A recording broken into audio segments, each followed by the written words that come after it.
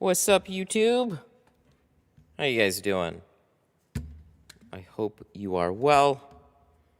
We are doing another Chevy Malibu, which should be fun.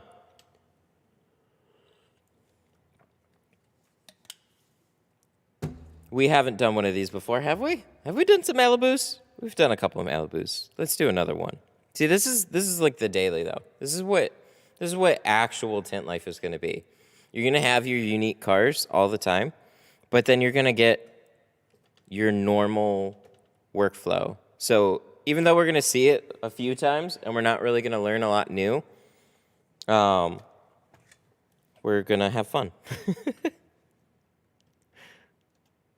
Oh, I forgot to set up the balloon. I could set up the balloon, actually. Maybe we should do that. I forgot. That was the last thing. Are you seeing the boat in the back? What boat? There's no boat there. I don't see a boat. Yeah, there's a boat there.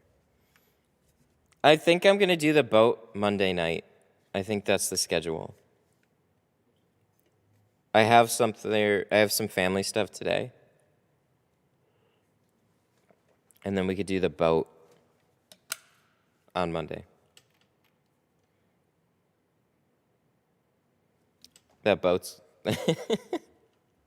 There's a lot of genuine interest on the boat. I am not a boat person. So this is going to be just like the Model 3. This is going to be an interesting experience. I understand what I need to do. It just, as soon as I put the film on there, it depends on how it wraps around. I don't think it has much of a three-dimensional curve. I think it's mostly flat. So I don't think it's going to be that crazy. But yeah, it's got corners. It's got nowhere to tuck the film. And it's going to be dirty. So can you tint my drums? How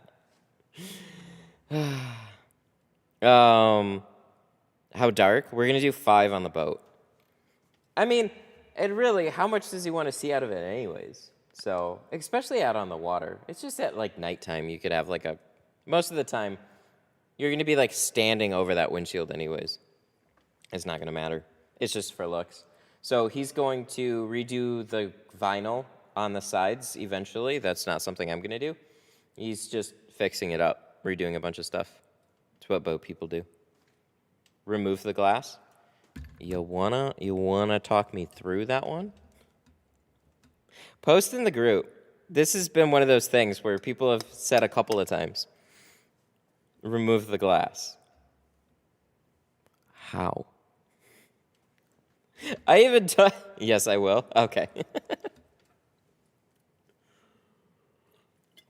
I don't think I'm going to, but if there's just like Phillips screws and the framing pops off, that's more feasible. But again, this is one of those things where it's like I'm just kind of like just jumping into it. So I don't have a lot of planning ahead of time, especially with a stream. Hey, Matt, I got a golf opportunity yesterday with Geo for the first time. Using it, I like it, shrinks really well. Glad to hear it, man. Golf. Those back windows give some people trouble for sure. I used to have problems on those, like, those bottom corners especially. They got a little bit of a tight curve to them. It's bolted to the boat? Yeah.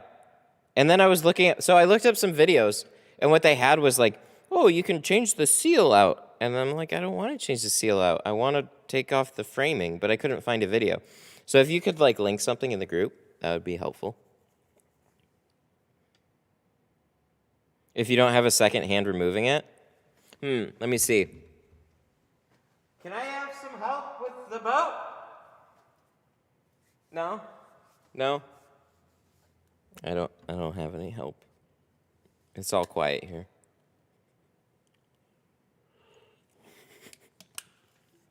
See, these are those things.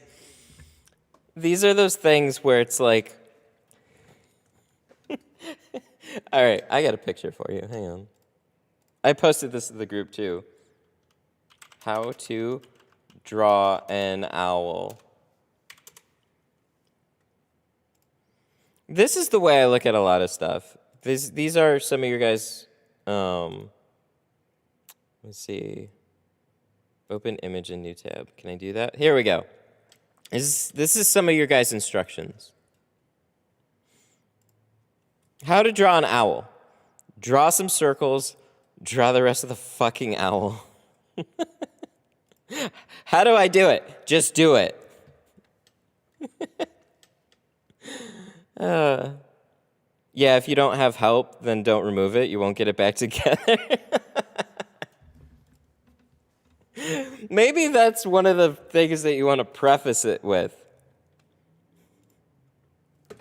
You get what I mean? It's there you go. Oh, that's the best response. It's that fucking easy, just like that owl. There we go. Exactly. It's just like drawing that owl. All right, cool. I can get behind that.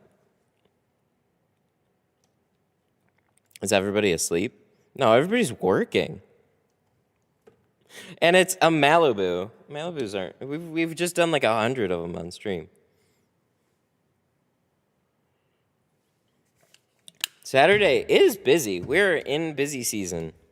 This is no longer just busy season's coming up. We are in it. But yeah, it's probably mostly too because it's a Malibu. It's like, it's doing another Malibu. Bro, I love these cars. These are fantastic. I could do these twice a day, every day.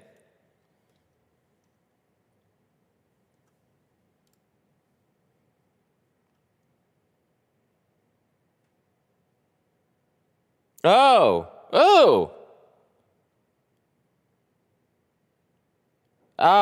fuck that. Oh, dude, that is tough. Considering leaving a mobile job, been in his driveway for 45 minutes past the appointment. We've already rescheduled once. He's been 30 minutes away for an hour. Oh yeah, I would have pieced out a long time ago. He's just yanking your chain there. Fuck that. I mean that as somebody that has gone through stuff like that. Like, because here's the thing. It's like, it's not that he's 30 minutes late for the appointment. It's that it's 45 minutes past the appointment, and then he's supposedly 30 minutes away. Yeah, fuck that. I mean, that's what really sucks. This is why I collect deposits too now. Because you just have people that have no respect and they're time wasters. So, that like, I feel the rage. So, when I was mobile and going from like shop to shop in a day, there was those instances where you go there and then like you expect people to be on time, but you're at 3 different shops in a day and there's tons of people that just aren't on time. I'm one of those people that has a hard time being on time. So like I totally get it, but they don't get it. That's what I call them, 2 time wasters. I have family here, so I have dinner and something that won't be a complete time waste. That's the silver lining. But that's definitely, like, that's tough, man. I'm going to... what am I doing? I got to... Where's my live stream? There's my live stream. I got to share this link with the customer really quick. We've done this a couple times. There's the link. Wix. So, I mean, at least it's not a total waste of time to be out there. And that was the way it was when you're at one shop in a day. Because if you're only at one shop in a day, then they usually have more than one appointment. So you go there, you make a day of it, you have a cancellation, then try and fill it in with something else, or you know what I mean? They move that schedule around for you. But if you are completely dependent, like I used to drive 45 minutes out to a place, all the way from one side of town, out here, and then back out another way, just to try and knock out a day. And then you go all the way out there, and it was for a set of doors, and oh, look, they didn't show up. God, that drove me nuts. That's a real hard thing to get through.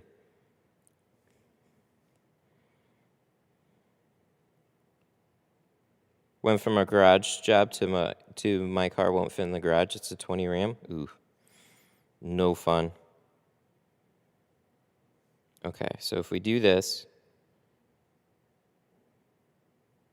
copy. How do I voice? No, No, I didn't mean to do that. So this is the tricky thing. I'm trying to like...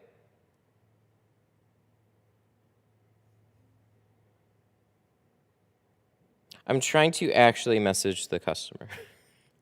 And we collect deposits off of Wix. And then it gives me the number. And then I take that number and I put it into voice. But then voice is really finicky about trying to bring that up in a text message. So then I have to try and scroll through. Unless I've already messaged them. Maybe I can search Malibu. Is it 5? What's that area code?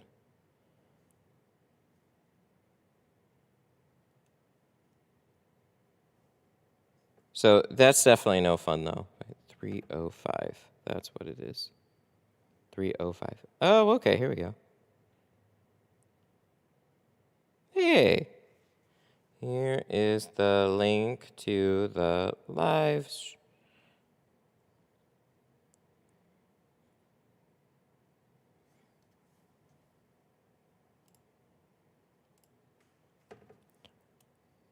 Oh. I copied the number. Here's the link to the live stream and then send them their own phone number. All right. There we go. Pow. All righty.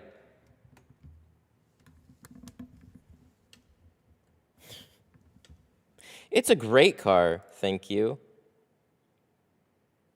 We're going to time out. Does it?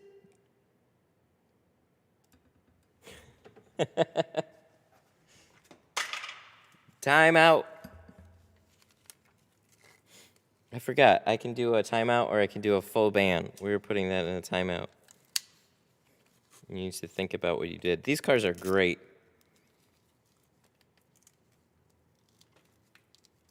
Do you know why? Because they are. That's why. No, these are really straightforward. Malibus are like, when you get a Malibu on your schedule, you'll be a happy camper for sure. Pretty straightforward seals. Pretty straightforward cuts. And then the back window is not very curved, and you got lots of room to do it. So we're going to make this the best looking Malibu that we possibly can.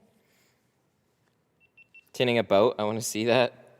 You and a few people.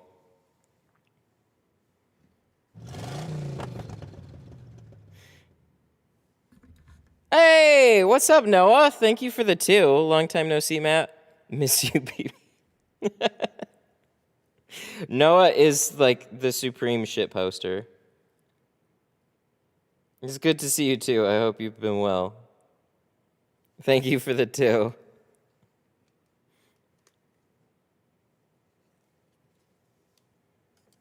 All right, let's see if this is gonna work now. Give it a second. Switch over to the GoPro.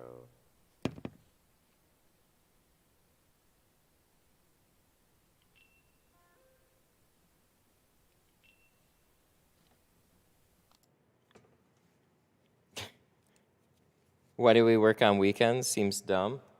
Weekends is when everybody else is off. So you'll learn to love Saturdays. So I used to be pretty averse to working on Saturdays. I was like, we close early, we get out at 2. No, what you should do is rearrange your schedule so the weekdays, some of those are your weekends. And then really, most places, including me, are closed on Sundays.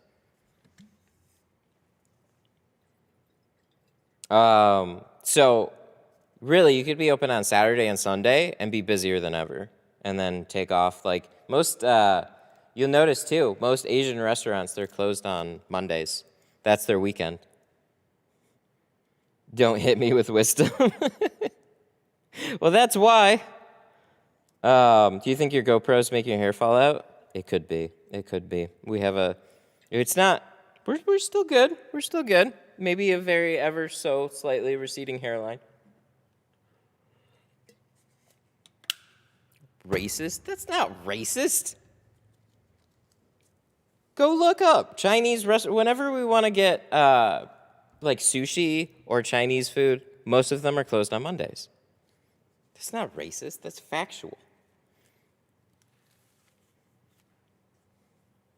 Chick-fil-A doesn't open on Sundays? Yeah, that's a religious thing, though.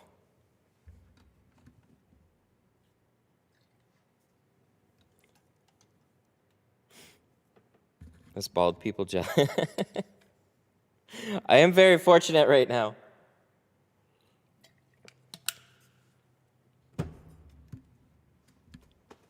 It's a joke.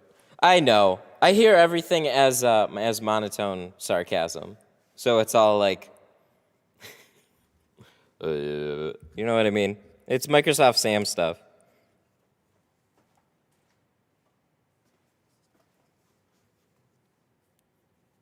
Your dad? No, my dad has hair. This is gonna be a conversation about keeping your hair. I'm just lucky, but no, most of my family still has their hair. Christian, you go to. If you're Christian, you go to church on Sunday. I know. But it's unusual for them to have a fast food place like that closed on Sundays. It's very unique to the whole thing because they're cutting out 52 days of the year in revenue. Most places don't look at it like that.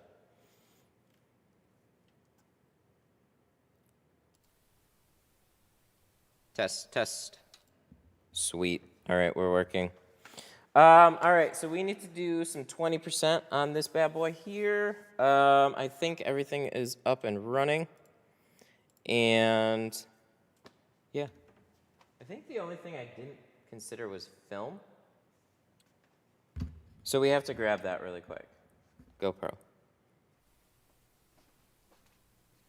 The only day I ever want Chick-fil-A is Sundays? Dude, tell me about it.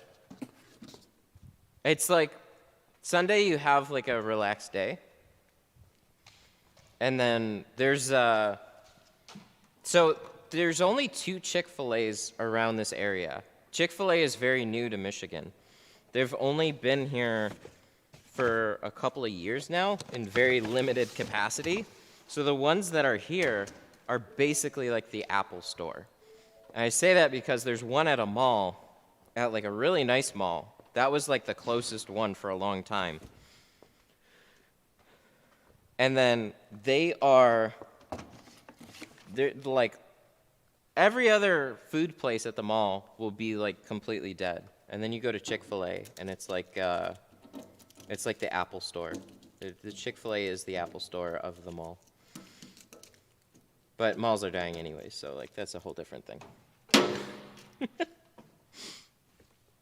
Okay, so 20, I'm losing my mind here. 20% there. We need our, we've already tinted a truck, and I was all over the place with this truck. So we had to do limo on the back, and then I had this visor that was very unique. It had a, there it is. So the truck that I did was a Ram, but it had a graphic visor on the outside, and it had stickers all over the truck. So trying to get that all taken care of, like, I actually cut on top of it with glass aid, so that was pretty cool. But trying to figure out where to put it was crazy.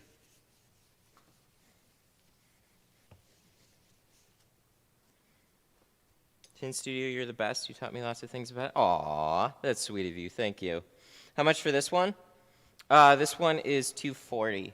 We're doing classic, pro classic, classic pro classic. Not waiting. So actually, we could set up the balloon if we really wanted to. It's something that I've gotten out of the habit, and then I started the stream, and I was like, oh shit, I didn't set up the balloon. Should I set that up? Or is it too late now? It might be too late.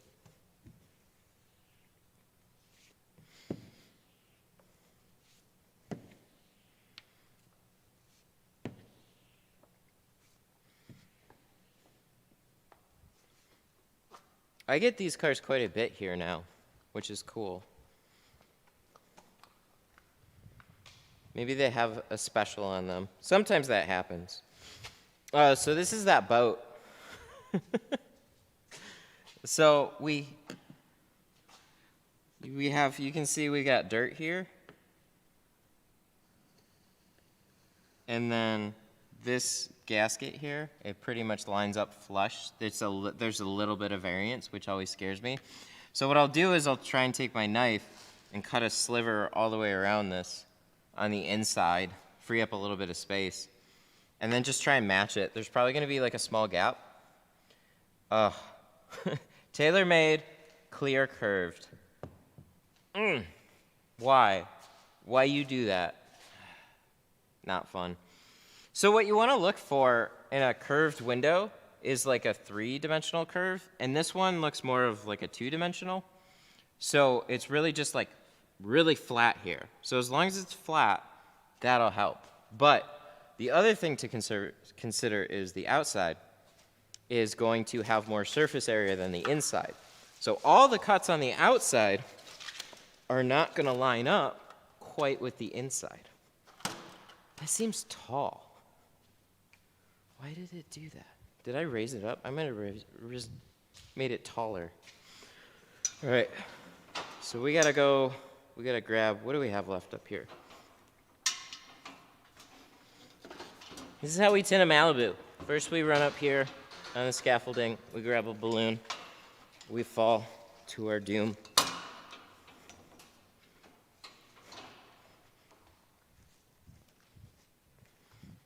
And then we got to plug it in. We didn't plug it in.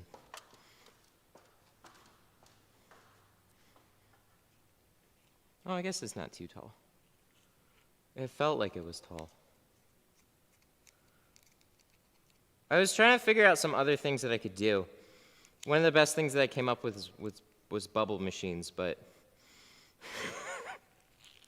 I wouldn't necessarily call that a great idea. But I could put a few of them, and we could always have those going. If you guys are into that sort of thing. All right, so this goes on here. And then we got to crank this puppy down so it doesn't leak.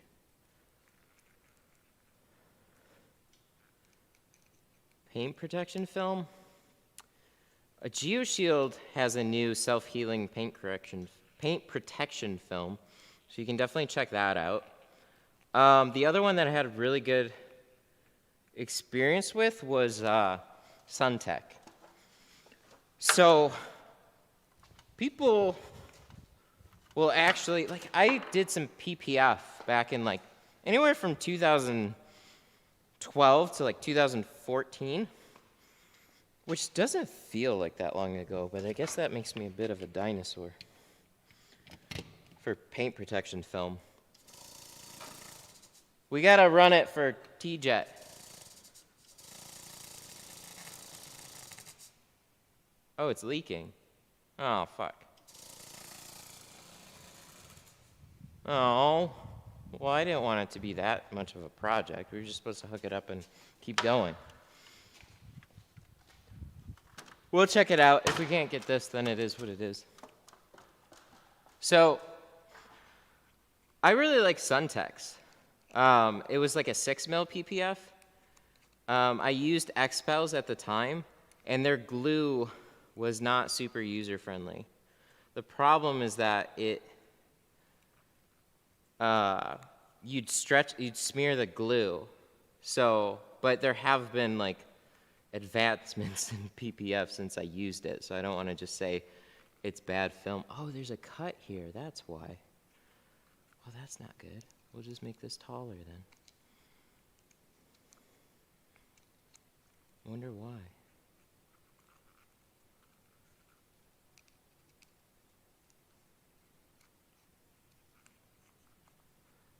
This is stream logistics here. At least we figured out the issue. Just move this way up. Like way up.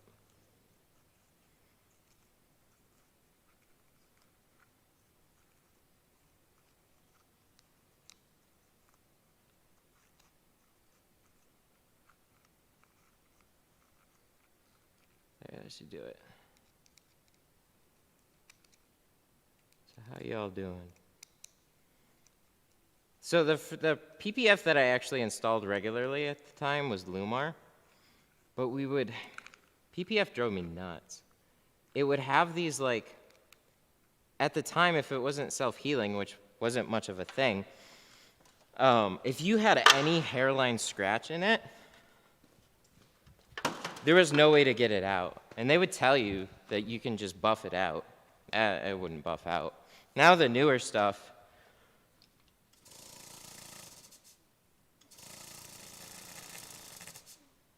I'd say that's better. There you go. Good deal. All right, are we tinting? We're tinting. So now I'm assuming the newer stuff would be much better because it's newer. But stretchability, having something that's a bit thinner is going to be a little bit easier to install too. So some of them would advertise a pretty thick film. They're like, ours is 10 mil. It'll stand up to a boulder. And it's like, well, that might be the case, but installation's going to be a bitch.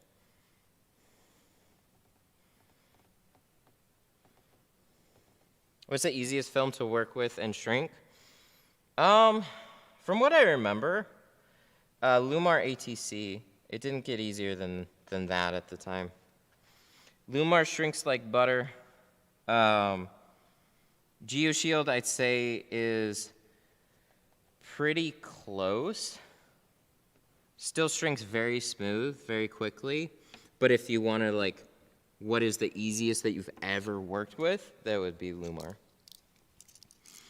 I hear not so great things about their scratch coats now, though, and they're much more expansive.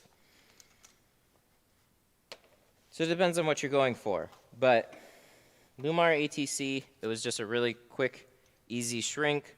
The way I used to shrink Lumar in my older videos was I used to cut it first and then shrink it, and that would just lay down perfectly. Lumar was such an easy shrinking film, you could actually have a little finger here, right? And then take a heat gun, get the outside of the glass hot enough, and then it would shrink itself out. You would just like heat it up, and then you watch that sucker just disappear. And then it slid easier. That is probably the one drawback to Geo, is it's just a tackier film. So sometimes you really have to add a little bit more soap and kind of finesse it to get it in place sometimes, because it'll lock up on you quick, especially on hotter weather. I don't like that, but you know, it is what it is. There's always something about every film that you're just not gonna like.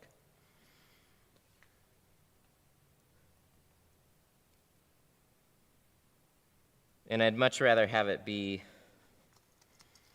that than fail in 2 years, right?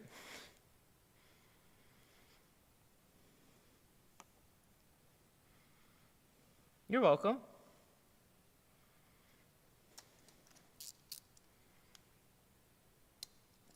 I gotta change this blade too.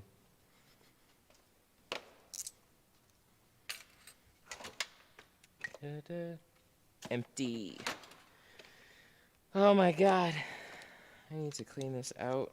Look at all the blades I've gone through. I tried to do this Mustang yesterday.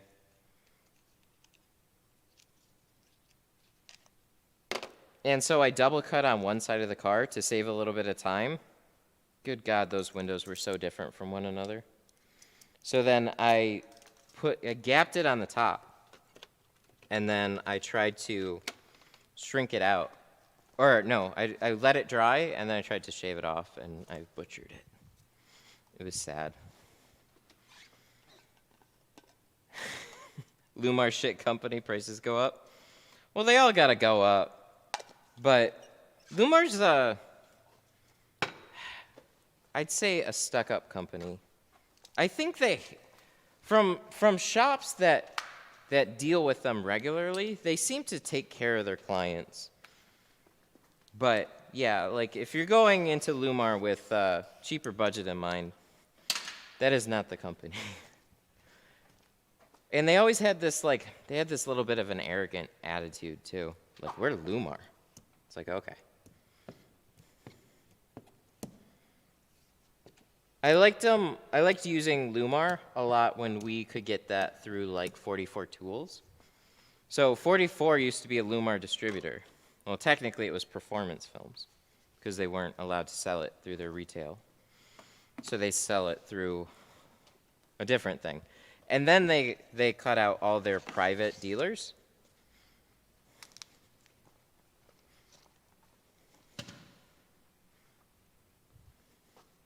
So that was fun. Is Lumar easy to shrink? Yeah, for sure. Oh, is Tint Depot? Was that about Tint Depot? Tint Depot, some of their films are going to be very similar to a globally known film brand. Global. The Superior Charcoal is global. I can't say that, can I?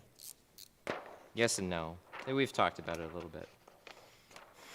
Ask them where it comes from. But yeah, they're Superior Charcoal.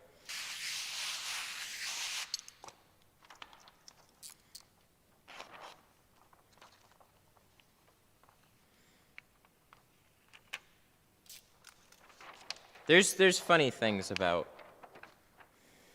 There you go.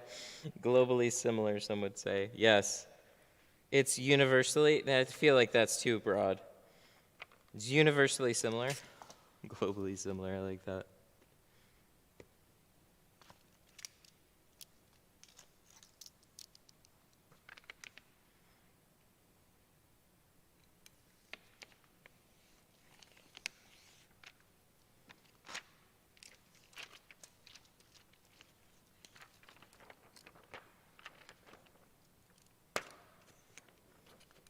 I don't like global. It shrinks well, but it creases easily.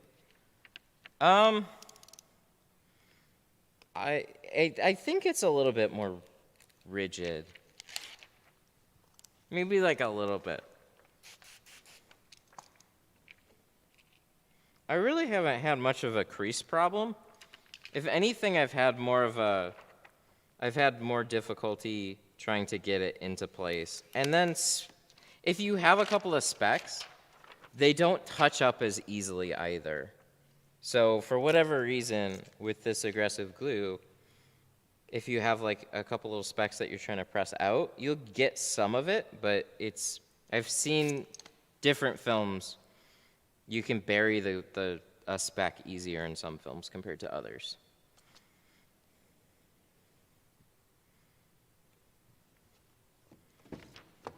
That's definitely something that is helpful, but, make it perfect the first time, right?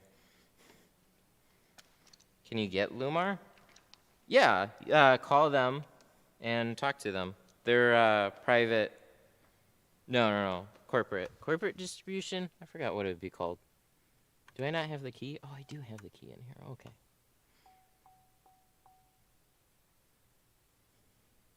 Five seconds, hold it. Let it turn on.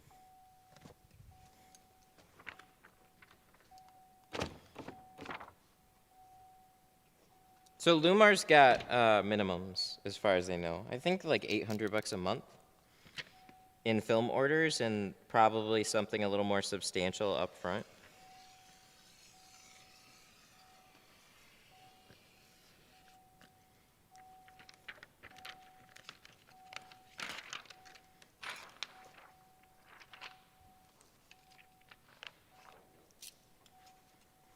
So not everybody's gonna go through $800 a month in film. It's really like, if you got a proper tint business, $800 a month in film is easy. Oh, no one, no, that's not. So some of those bigger, like, okay, so companies like, look, 3M,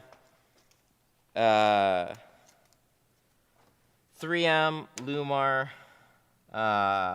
Expel, I don't know, probably Suntech. Like they're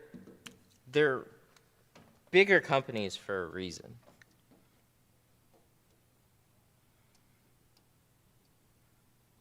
So you're gonna have a hard time finding a film like that just for personal vehicle use. Like if you want to get something that's good for your vehicle and you know that's a good film, you can get Geo, but again, you're going to be ordering usually either like a kit for Geo or you're going to be ordering like a 50-foot roll. I think that's like as small down as some of that comes.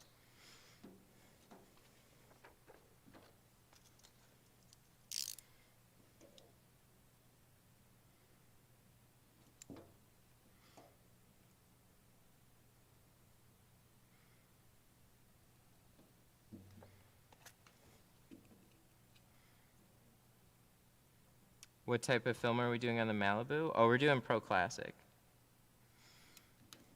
I haven't been very strong with carbon jobs lately, but we're starting to get a little bit warmer. We had a wave of cold though. So right now outside it's like 50s. It's really sad. I wish it was warmer.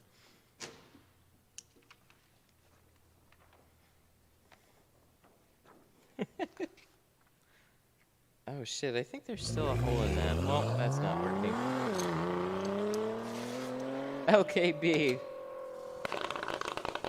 Well, it'll blow up and then I don't know. It's got a hole in it, I think. So it'll blow up and then it'll deflate. Oh well. There's only so much we can do. Cake or ice cream? Ice cream for sure. And then if you do it an ice cream cake, I'm all about that. Ice cream cakes are the best.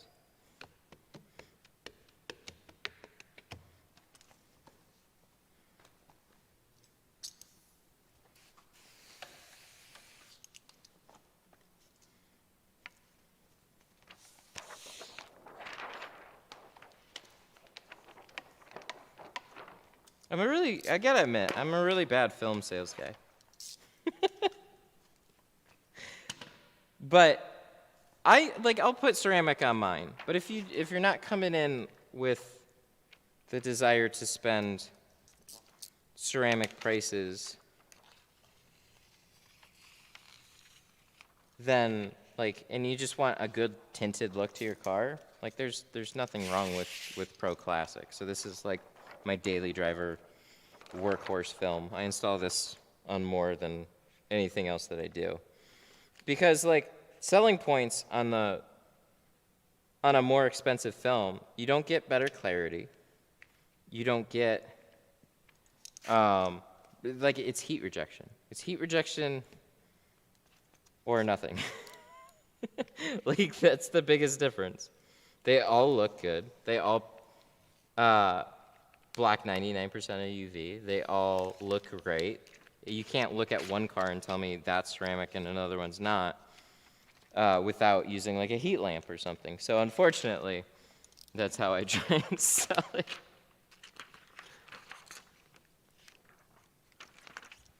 So it depends on the person.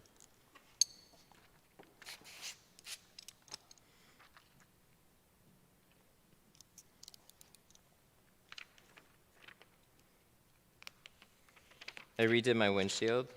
It came out good, but I can't get out the lint and hairs. Well, that's the whole game. Those aren't, you can't remove them without redoing the film or without redoing the window. Most tint issues most tint issues are like a one and done thing. You have one shot to make it look good, and if it doesn't look good on the first time, then you have to strip it and redo it, and then you got another shot. Well, you have one shot with that piece of film, and then you have to do it again. So there is no magical let it dry, pull it back. Once that's tacked in there, it's done. Very few things can you pull back and rinse out or something. So on this channel, you'll see if I make a pretty not so great mistake with, like, if I got a speck of dirt or something in the middle, you just pull off the whole piece and then you start over.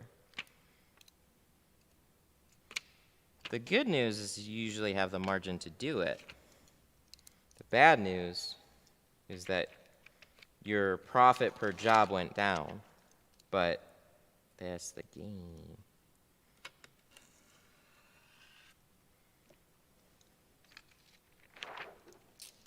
That's the game.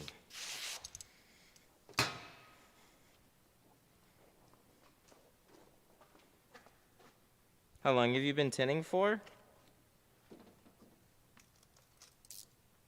I've been tinting. How long have I been tinting for? 2009? 2008? It's 2008 or 2009.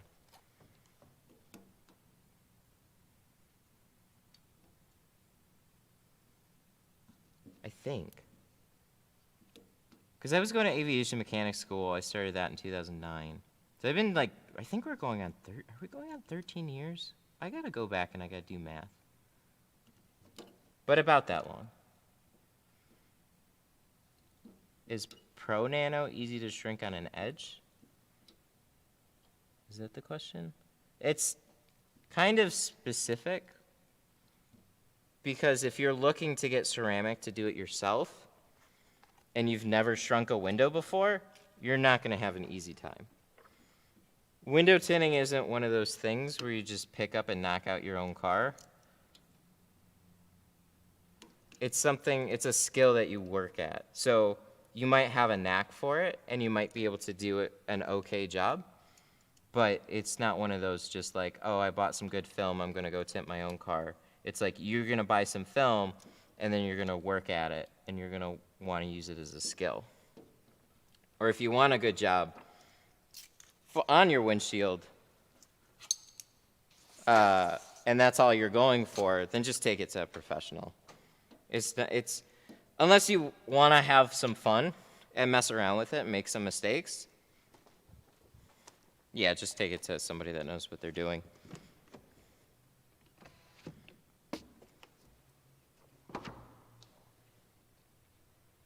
That's what that question sounded like anyways. Oh, buddy. What are your sales? What are your sales / year crazy? You've been doing this for 13 years. What are your sales? I don't know. I don't know. Things have picked up. We started off in the beginning pretty slow. And then now this is a busy season. So I haven't even been in this spot for very long. We started the tint studio thing out of my house in March. And now we're here. So we had a baby, took some time off, winter's slow, and now we're into the full heat of things. So I can't really even tell you what I've done so far. But I'm not really going for numbers. If that makes sense. I'm trying to do my stream. So I'll pull in a few appointments in a day. And then I'm trying to run my stream off of one of those appointments. So as long as we can, stretch that schedule to where we have that buffer, and then we might fill in some more slots and stuff like that. But we're going at a nice pace right now. Do you still remember avionics thing? Yeah, for sure.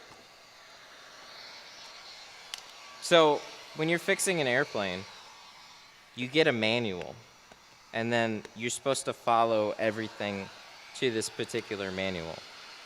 Like, this is the way that they want you to do it. This is how they tell you to do it. This is literally the book you have to follow. And then you have to write everything out like a procedural thing. That's how they track everything. And then you get it signed off by an inspector.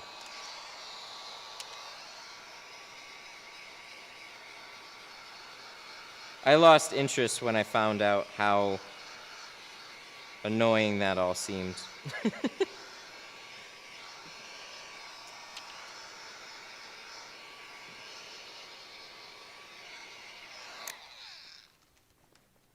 Kind of like a police report. Yeah, and I wouldn't want to do that either. But it's like they made it sound fun, so we had a recruiter come around, and I didn't know what I want to do out of high school. And he made it sound like a good career with interesting prospects and opportunity. And then at the end of it, I was just kind of like, yeah, I don't really want to do this. But I was tinting at the time, so I kept doing that. And then I was doing YouTube. YouTube is what really made tinting fun for me.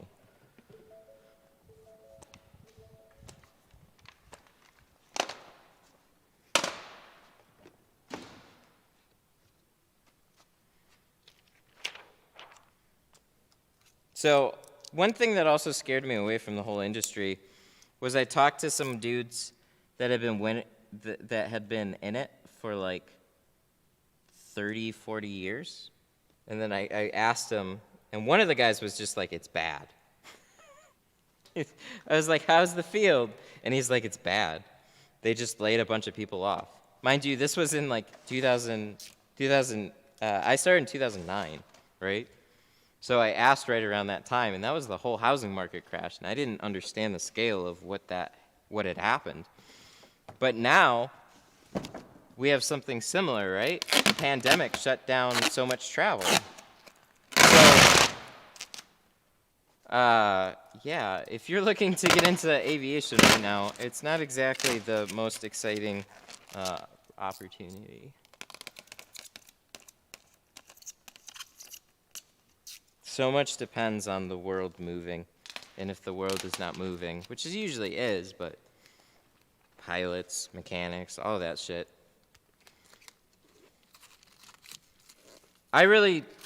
After hearing some of their stories though, what scared me the most was like seeing the general error of what corporate does. That kind of freaked me out a lot. I was like, oh, so at any point they'll just cut you loose. So everything that you built up, now you have to go try and find that at another company or something.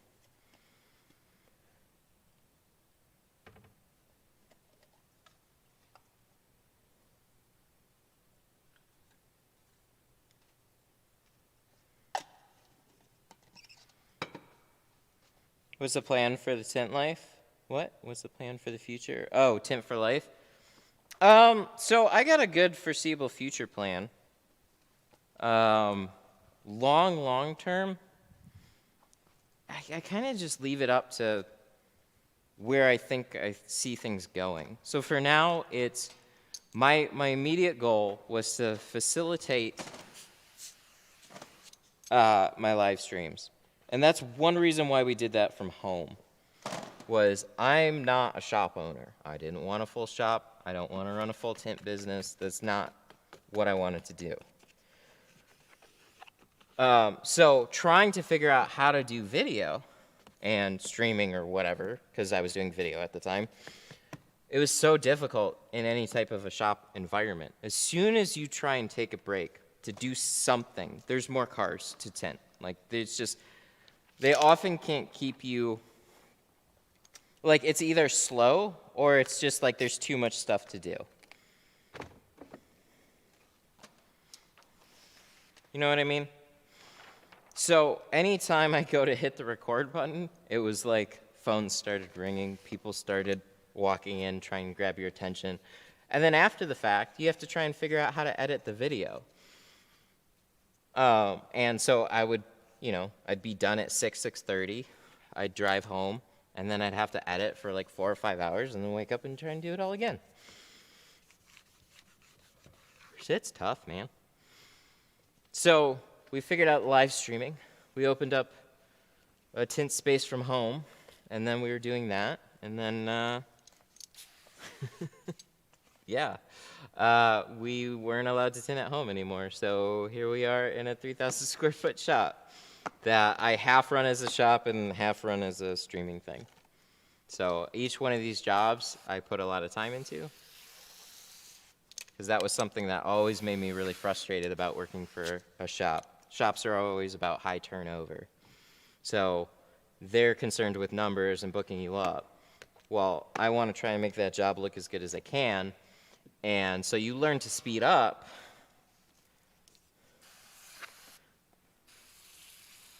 It definitely speeds you up, but you at the expense of some quality. It's always tricky.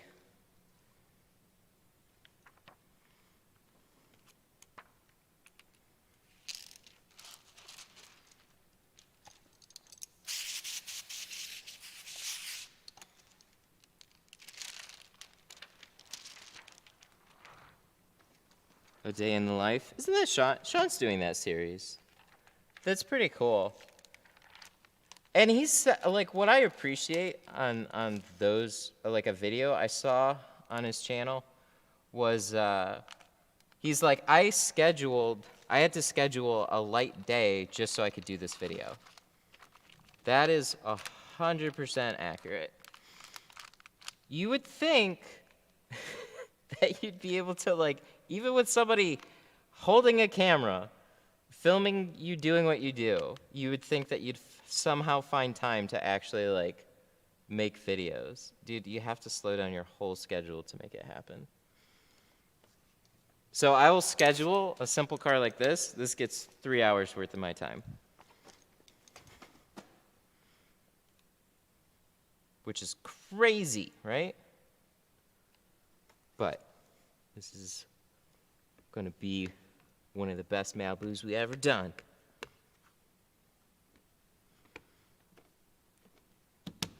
Hopefully everything goes well though, right? Fingers crossed. As soon as you start talking like that, that's when you start making mistakes.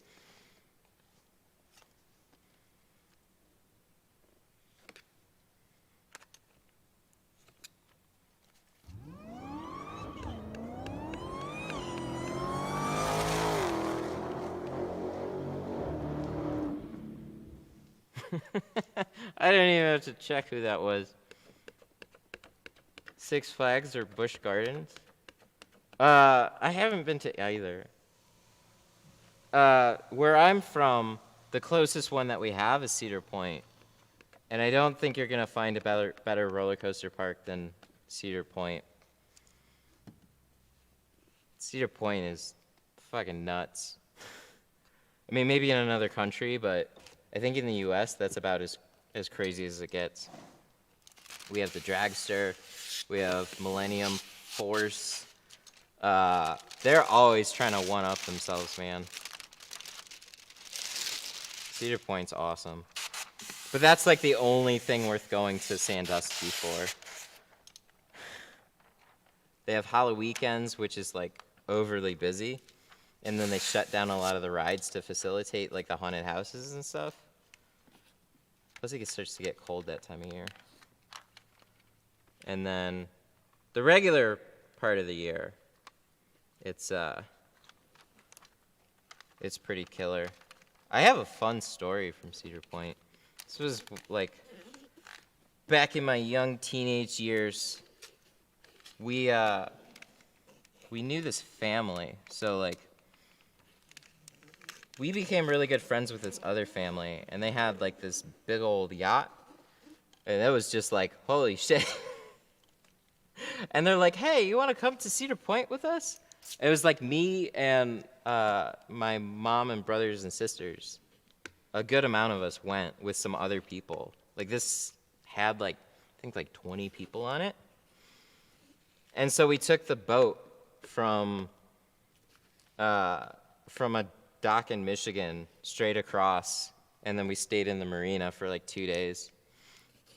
That was pretty sick.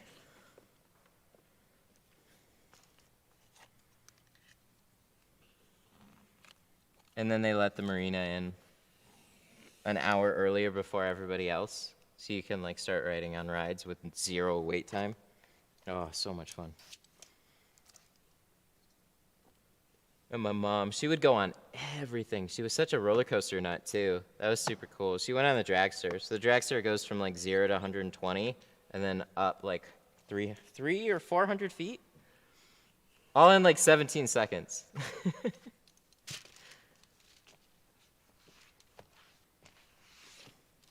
Good times. Good times.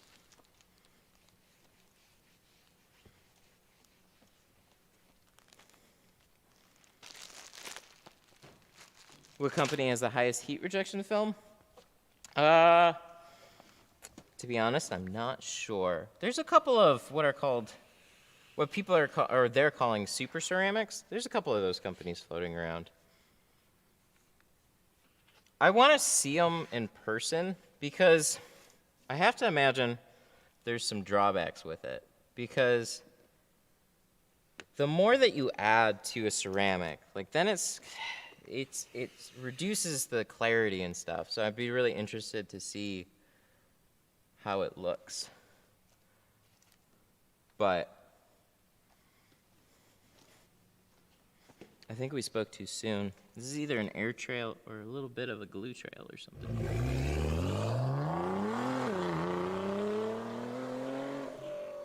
do we got there? I don't like it. Whatever that is, I don't like it.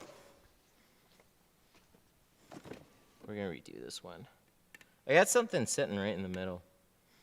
See what I mean? How do I get that out? This is how you get it out right here. You say, goodbye, and you do it again.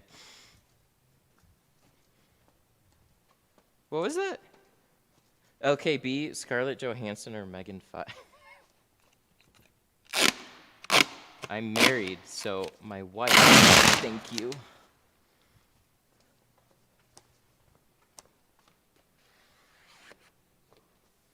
They have Scarlett Johansson in movies still. Is Megan Fox even in movies anymore? She was like big in Transformers.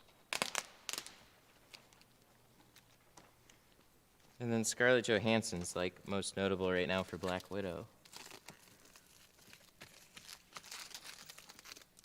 There was something there. It was like an air trail or something. But something got there. No biggie. We're gonna redo it. We'll make it look pretty, like I said. We have the time and the energy. Where's my... It's around here somewhere. Is that this guy? No, that's 5.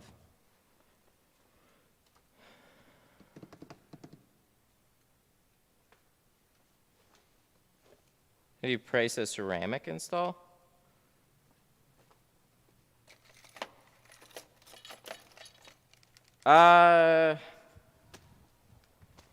There's a value at what you think you should charge.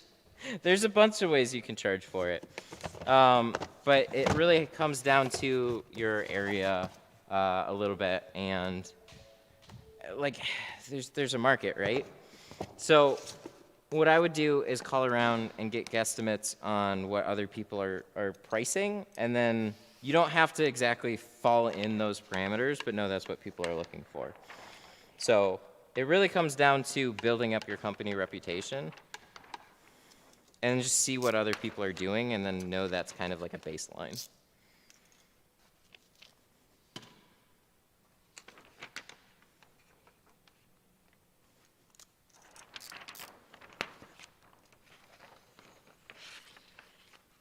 This is 20, right? This is. Yes, good deal.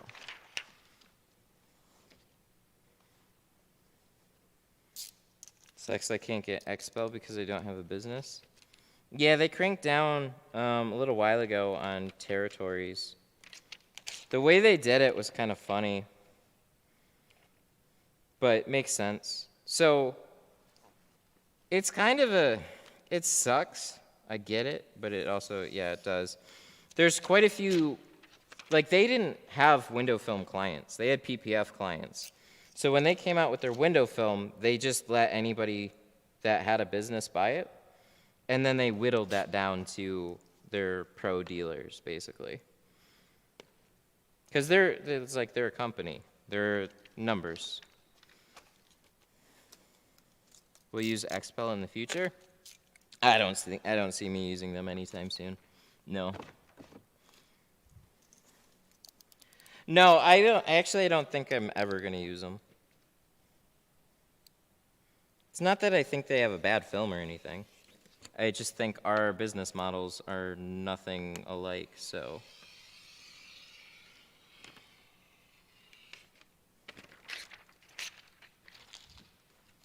I mean, here's the thing. If I'm using a film, and then you guys can't get that film, that really sucks. So like,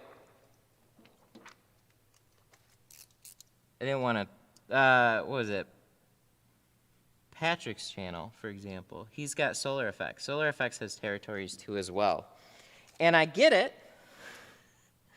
I totally get it. I'm just frustrated at not being able to like suggest it. So like people ask me about plotter software and stuff like that. Everybody let me down except for Expel. I think they had a great plotter software. But again, unless you're a dealer, you're not using their plotter software. So, and then if you have another competitor in your area that's an Expel dealer, then you're shit out of luck on getting Expel anyways.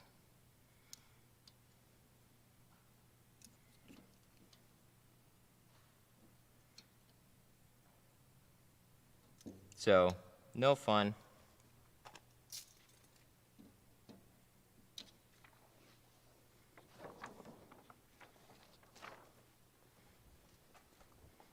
I ordered Pro Nano. Will it block off enough heat so I don't feel it? It'll get the vast majority of heat. I think it's like a 75% heat reduction. So if you're looking for it, you'll feel a little bit. But it's a huge difference from what you're doing now.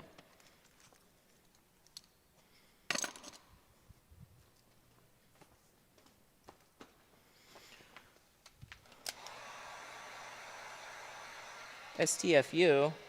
What's that for?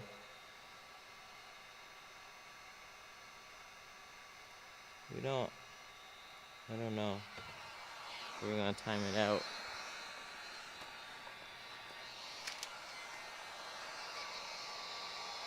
We don't like that.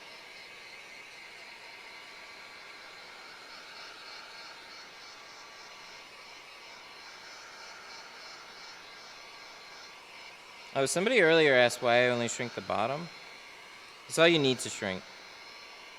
I just going into stories. I did know a tinner who shrunk exclusively on the top. You just need to shrink the film enough to fit the curve. So the doors are not super curved. So you just, little shrink on the bottom is good enough. What do you see yourself doing in 10 years? I don't know exactly. So I haven't really figured it out that far ahead. But I do know what I'm going to be doing in the next 5 years. So generally we'll bleed over to, see what you're doing then and kind of readjust. I don't think I'd feel, how quickly everything can change, I don't think I'd feel comfortable planning that far out. So then for the next, let's say 5 years, we're going to be doing a lot of live streams on a lot of different cars, and we're just going to keep building up what we do on the channel. I have a little online store, and I don't know. We'll just see where we can go with the channel and then reevaluate farther down the road. You're probably not even going to be watching in 10 years.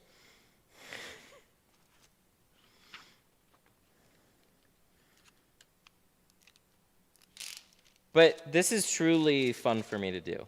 I like the streaming. I like centering it around a topic. I like hanging out, talking while we work. So that's why I set this up the way it is. If I just wanted to make money, I turn off the camera and I keep tinting.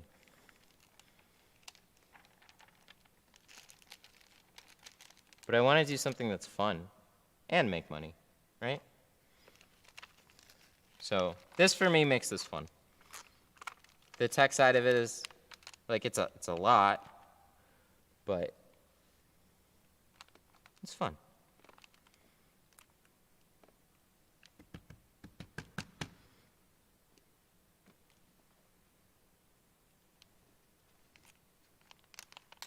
See, that little stick, that's what we don't like. So if we get it past that, there we go.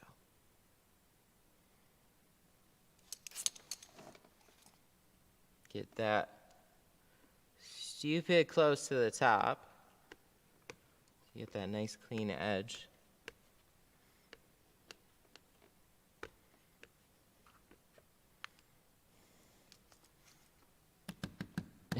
Work in a Tesla factory and tint all their cars.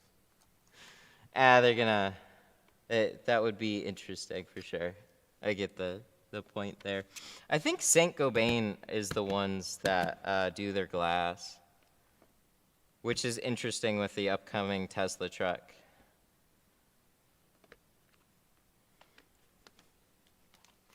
Dogecoin. Oh man, that whole hype train. I ain't touching it. Fuck that. Maybe, I don't know. There could be a significant crash like there was before, but nobody knows with it. Nobody knew that it was going to run like it did. For sure, unless you're just like, I know it. It's a meme coin, but that's kind of like, there's a lot of memes that are running. But that was funny. You had Elon tweet about it back at like 5 cents, and then I saw it go up to 8 and drop back down to 3. And I was like, at that point, I was like, that'd actually be a pretty good time to buy it on speculation. Oh, the fucker ran all the way to 40. People made bank, but after that, that's where I call it no. I didn't even think it ran to 40 that quick, but holy shit, who's behind it? That seems like a big pump and dump, but just like dealer tint? Oh, on the Teslas? Yeah. So Tesla and all of them, like they factory tint their windows. So that's just a dyed process to the glass, or sometimes they'll put something in between, or who knows, maybe they'll embed something in the glass itself, but yeah, all the existing things that they have on their windows right now, that's all a factory process, unless somebody wants to get them aftermarket.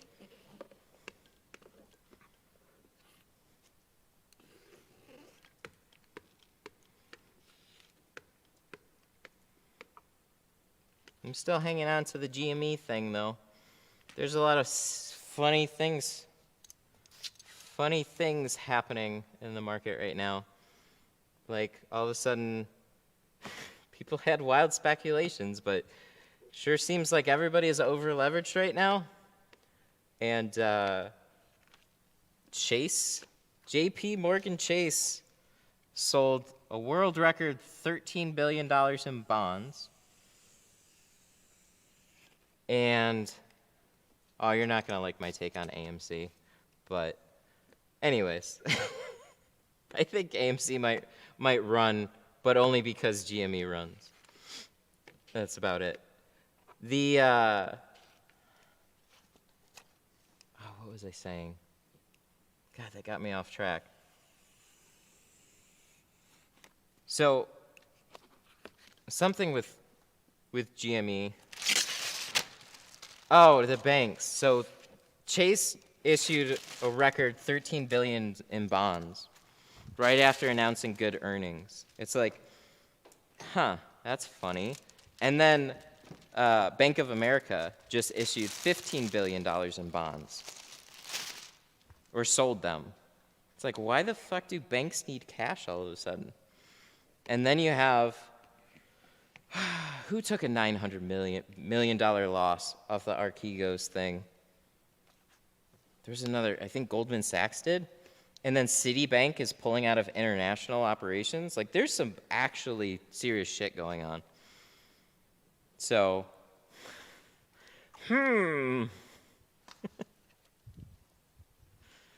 we'll see. Credit Suisse. Oh yeah, they had a bunch of losses too. They got hit with like $4 billion in losses or something.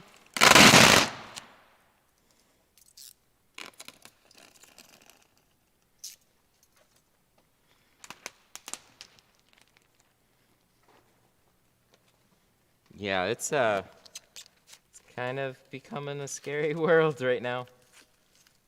Everybody keeps talking about the recession again. And like the thing is, everybody's so over leveraged. That's it. They're letting people trade on. Fucking get this shit though. This is what blows my mind. Is like, margin's a fast way to like blow up your account. If you're trading on margin, that's scary. And then you find out all these hedge funds are trading on like 5x leverage. And you're like, how does this work? Banks loan out money to make interest, and they like hedge funds because hedge funds are cash. So they can liquidate their positions very easily. So, ooh.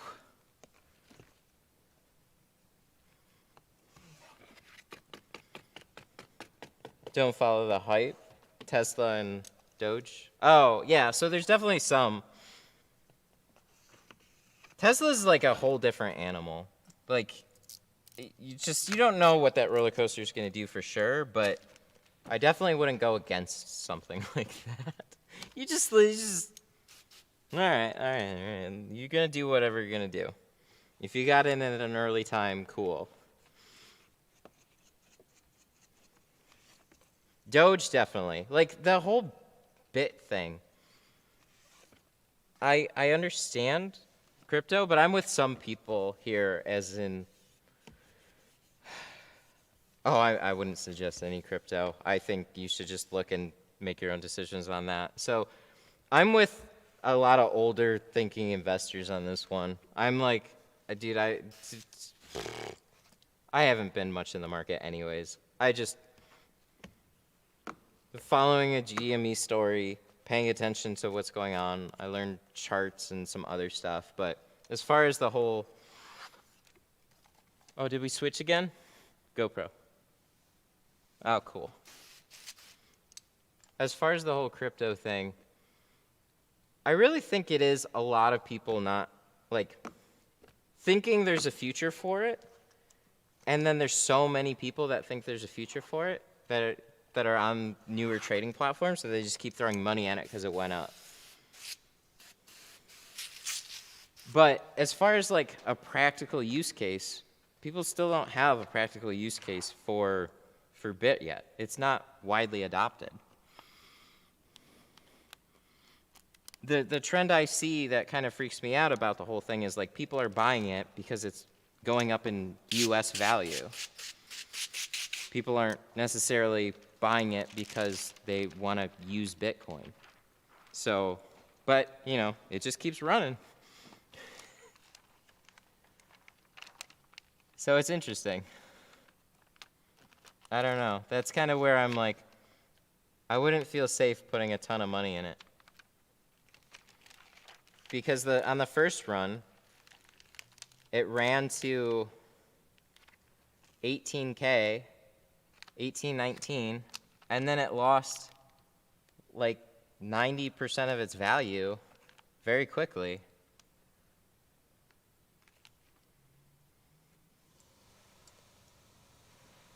Super chat.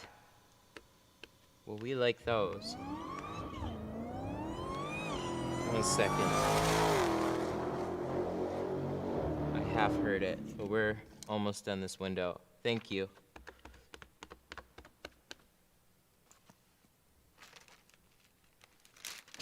But then all that stuff runs again and people start talking about it, so I don't know. What I know for sure is building my own little business here, so having fun on GameStop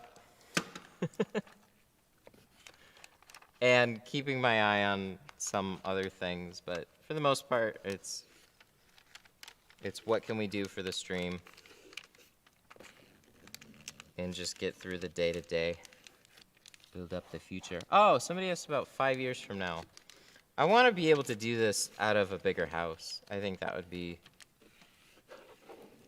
my goal right now.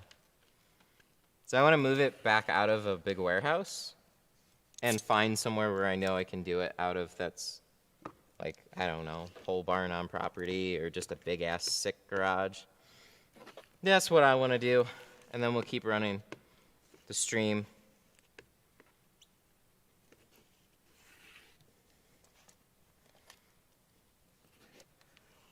How many cars can you do in a day? I really top out at about 5, like without windshields. So that's sedans, sides and back. If it's above that, I'm like That's like, no, thank you. It's not, this, past that is definitely not a fun day. That's like, yeah, it's too much. So usually out of there is what we're doing at the glass shop. Those are my like full-on tint days. So what they'll do is they'll usually plan an hour for front doors and then 2 hours for a full car, and we'll rearrange the day as it goes. So they will do, like people will add windshields, appointments might not show up, you know what I mean? So we'll shuffle a bunch of things, but generally speaking, it adds up to a good amount of work. Where I'll do a handful of sets of doors, like, 3 to 4 sets of doors in a day, and then usually about 3 full cars in a day is what a normal day seems to be. And then sometimes we'll add a windshield in there. Hopefully not too many windshields, though. Cannon. Jamie with the 5. What's up, buddy? What's up, Matt? Long time, been really busy with trucking and tint. Good to see you. I appreciate the 5. That is a big-ass truck in your profile picture. Oh, okay. So you drive that thing. I don't want to tint it, but you drive it. That looks like a big one. Do you not have a prep guy because they're hard to train and clean with 100% perfect? I'm asking because I was a prep guy for 3 years. No, I don't have a prep guy. Prep guys can definitely help speed up your time a little bit. But prep guys really are beneficial when you also have a plotter. So if you have good patterns and you're doing a plotter, prep guy cleans the windows, cuts the patterns, and then you kind of you can jump back and forth between that. But training anybody on the job slows you down by a good margin. So you have to keep that in mind too.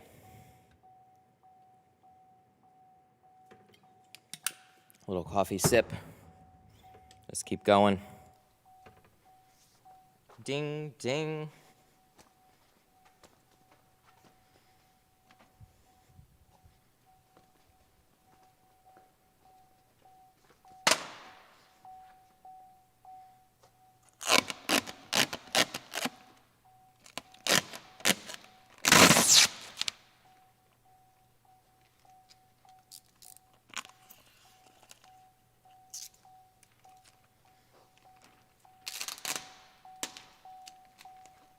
Yeah, so one of the hardest things that you're ever going to do as a tint business is train reliable help.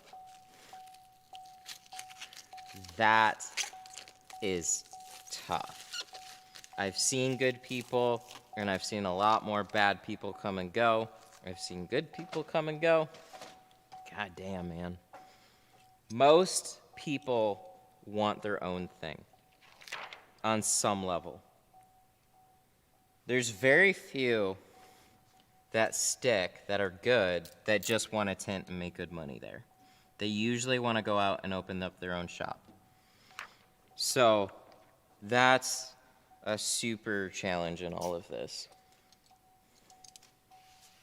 So when you're growing your business, I've always had better luck teaching people from the ground up, but ooh, you got to put a lot of work into those people. And then you still don't know if they're going to stay or not.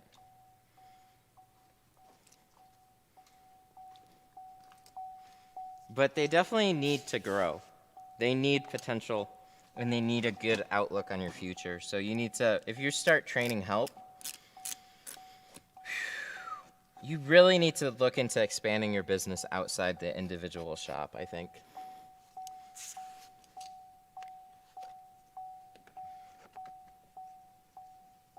Or just grind through it till you find the right people.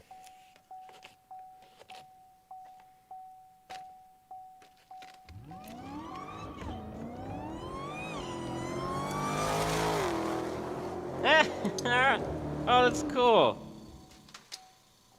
Cannon. Zach with the 5, thank you. Love everything that you do for the tint world. Have helped me so much that I'm opening my own tint shop in Lawrenceburg, Kentucky, right? KY? Yeah, that's Kentucky. Called the Tint Factory. Hell yeah, man. Dude, congrats. I like the name too, Tint Factory. I was like, some of the earlier names, I was like Tint Lab, Tint Factory, I think was kind of like in there. I like the name a lot. That's sweet. GoPro. Good luck, man.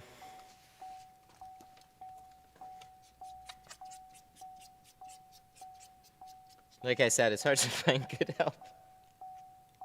When you own a shop, you need to treat it like a shop. And that's where, well, I don't know why we did that, but we did. Shops are like, because, okay, where I'm coming from is, I don't necessarily want a tint shop, but the internet is becoming more and more of a thing. It is a superpower. It is how people find businesses.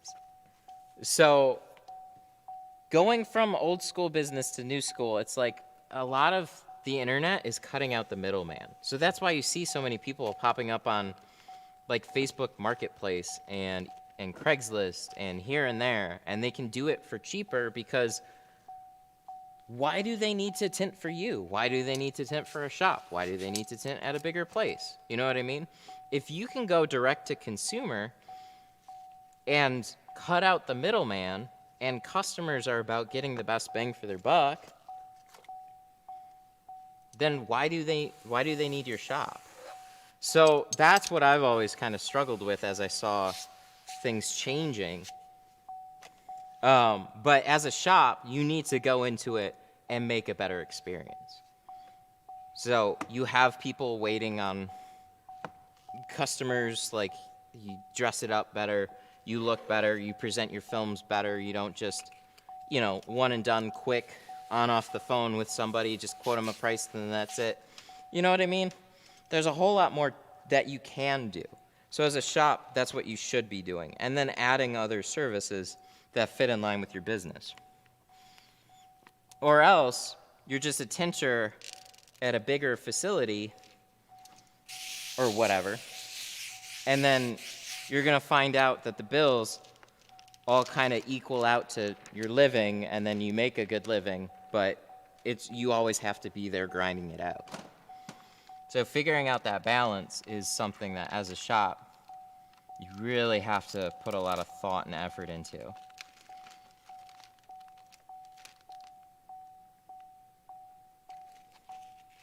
So like this warehouse, like my rent at home is for the house is like, it's now it's $1,700 a month because there's nothing that like rent's expensive around here no matter where you are.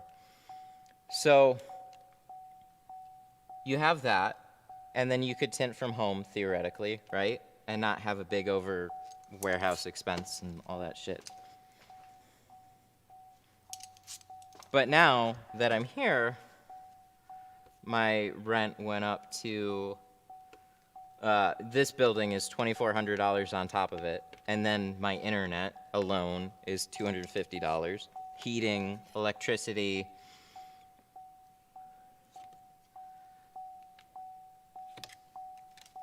like there's so much more that you should be doing. Like when you combine those together, like 2,400, 1,700, it's like, what could you get in terms of like real estate that would be way cooler than separating the both? So that's kind of where I'm thinking of moving. I just got to find a good setup, save a good down payment to make it happen. Because even getting into here, it was 3 months rent right up front. So that was like $7K just to get in the building, 7 or 8.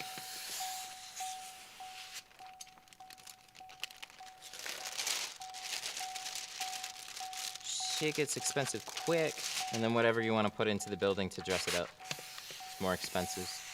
Just triple everything. Everything for your shop costs triple. Storefront sales better than house? Yes. So if you're looking just to get like tint business, you're absolutely right. It was much harder for me to get people to come to a house. But the way that I'm looking at it with what I do is like farther into the future, we're gonna gear more away from doing just cars. We're gonna be looking into booking things for the day and make it more of a thing. So the prices are definitely gonna have to go up. Everything's gonna have to go up. So right now, coming from the tint shop life experience, and we're gonna grow over time. But I don't exactly know how that's gonna go. We're just figuring it out as we go. I have some good ideas, but GoPro. I gotta figure out, well, I kind of know why it's doing it, but I don't know why it's getting triggered so often.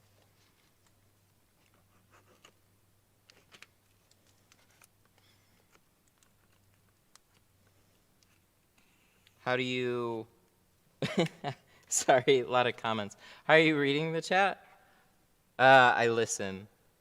I try and listen to as many as I can, but when I'm rambling about shops, I tend to not hear new ones. So I have a text-to-speech, so I hear you guys all day talking in chat. And then I try and respond to what I can, because the work needs to get done. We need to keep moving forward. But I can't do that if I'm jumping back and forth between my computer all day.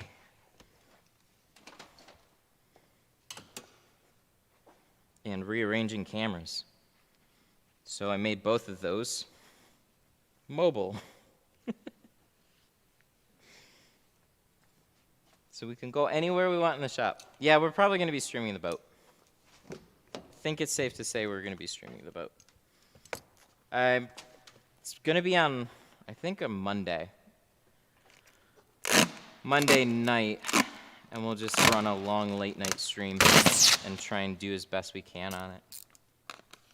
Not exactly looking forward to it, but get your coffee and get your popcorn ready.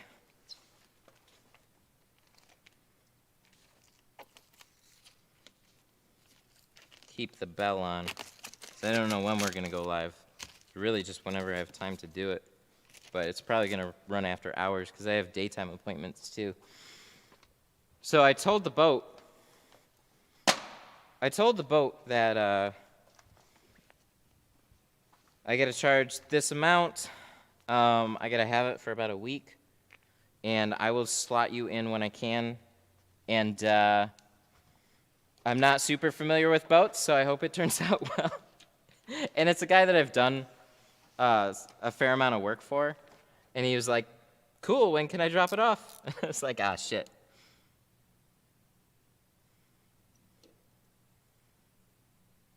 I don't know why this got recommended, but I like it. Well, there you go. That's exactly why it got recommended. Have you used Stack window film before? No, they're a company that intrigues me. I haven't looked at them in a little while now. I had a rep from them ask me about doing a review video, though. And then I responded, I don't know how to do a review. Because they had all these specs and stuff listed, and it's like, oh, God, it's not even... Doing, like, reviews of film is, no offense, not necessarily worth it from a creator. Because the amount of people that are looking for specs of spec film is very low. So you have to figure out how to make it interesting. And unless I was going to do all of them, it's too much. Or like a good amount of popular ones, I just didn't know how to really convey it on video.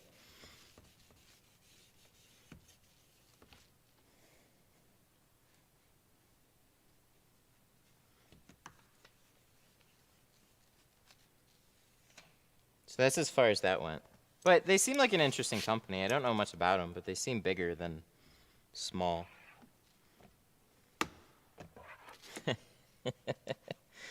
you see DFV's YOLO? Yes, I did. I was actually really surprised that he was able to publish that much. Good for him, though. He doubled down at a pretty substantial price. And then the whole of Reddit congratulated him. It was cool. A lot of respect for it. Like, he's like,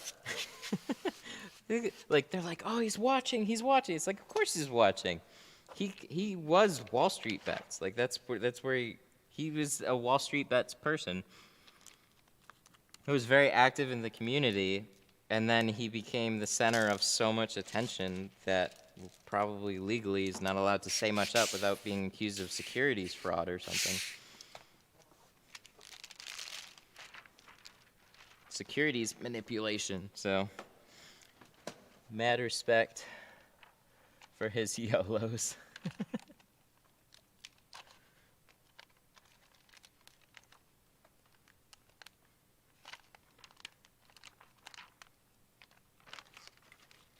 And then you look at, and then you get all the, what about all the people that are in PLTR though? And then that sucker keeps dropping for whatever reason, who knows?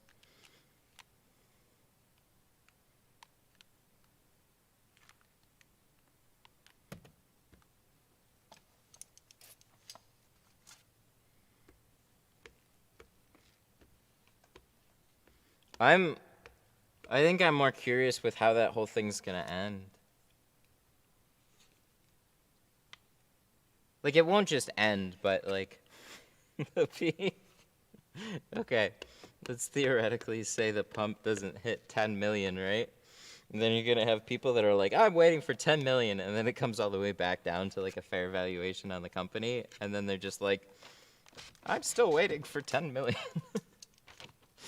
Oh shit.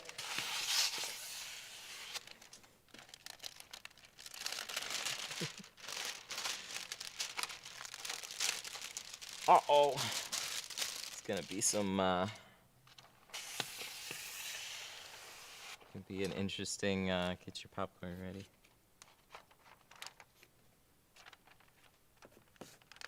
My carpet shield is falling off of the only carpet that's on the door. That's not fair. Carpet shield, you let me down. You're supposed to stick to the carpet, not fall off. You were the chosen one.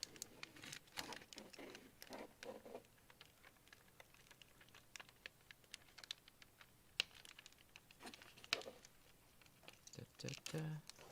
Have you seen, what was that? I can't read. Oh, the recruiters.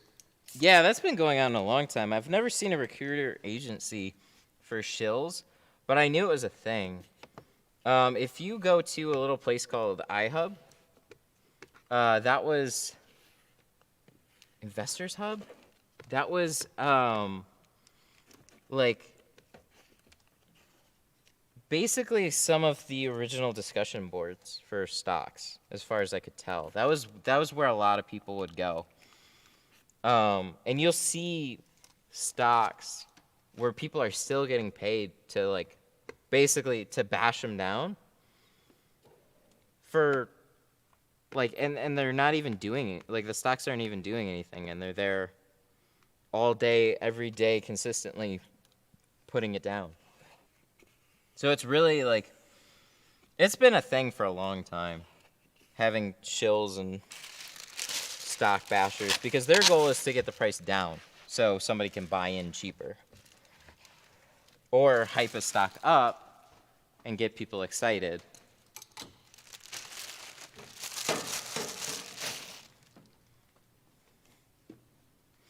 So, yeah, the whole thing is scuzzy. Motley Fool is a hedge fund. Oh, yeah, I saw that too. Motley... what I've really learned is like I can see it I get it, but it still kind of blows your mind a little bit to the scale of it. Yeah, all those news agencies, they have side money coming in to spin whatever narrative. Some of the stuff that they don't have a bias on, they can speak however they want to. But you never know exactly what they're paid and not paid to promote. So it's market manipulation. Yep. Well, look at where the money's coming from, though. That's the... That sucks. Yeah, so when, how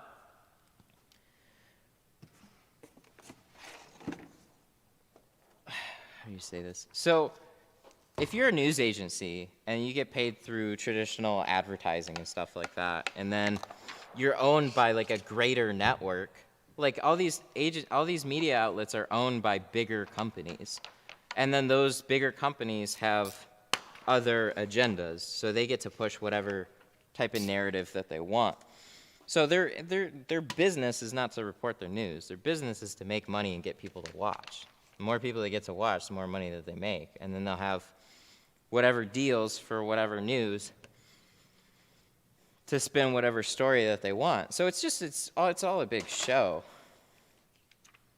It's annoying and it's sad, but it is funny to still see the amount of apes still paying attention to mainstream media. It's like, yeah, it's all bought, paid for. So the more you bring it up in groups and discussion, the more people you send over there. The more attention anything gets, good or bad, the better it is for that entity. Because you have like 80% of people that are indifferent. And you have like 10% of people that really care and 10% of people that just don't, that absolutely hate. And you have a bunch of people in the middle that are just kind of like quiet bystanders. So they're counting on you to spread the word. Is that carbon? If you can't tell, then should you get carbon? No, it's pro classic. It's a good film, but that's kind of the point.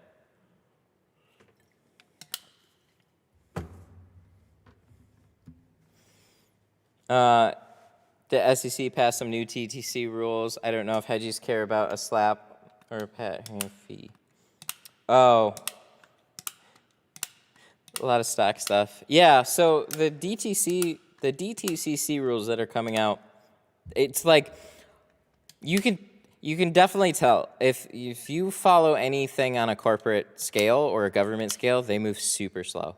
They have to. And now people are like they're taking forever. It's like, dude, all this happened since January. Any rules that they're making to completely reform a segment of the market in this quick of a time, you go back and look at a couple of documentaries about short selling, and it was insane. Like, there are people that were protesting outside of, like, the New York Stock Exchange, and then they went to Washington, and then they were just stood out for, like, weeks and months and stuff like that protesting. They fought it for years, and nothing happened. Now, in the matter of, like, a month, they're scared. They're scared for sure. Damn, that back window is flat. Yeah, you'll love Malibus. Sorry for so much stock stuff. It's interesting to me. There's potentially going to be a pretty big market fallout soon. Or I guess would be happy if nothing does happen. Because if nothing actually does happen, that means everybody can keep going on. Same old, same old. But we might be in for an interesting time. Not too long.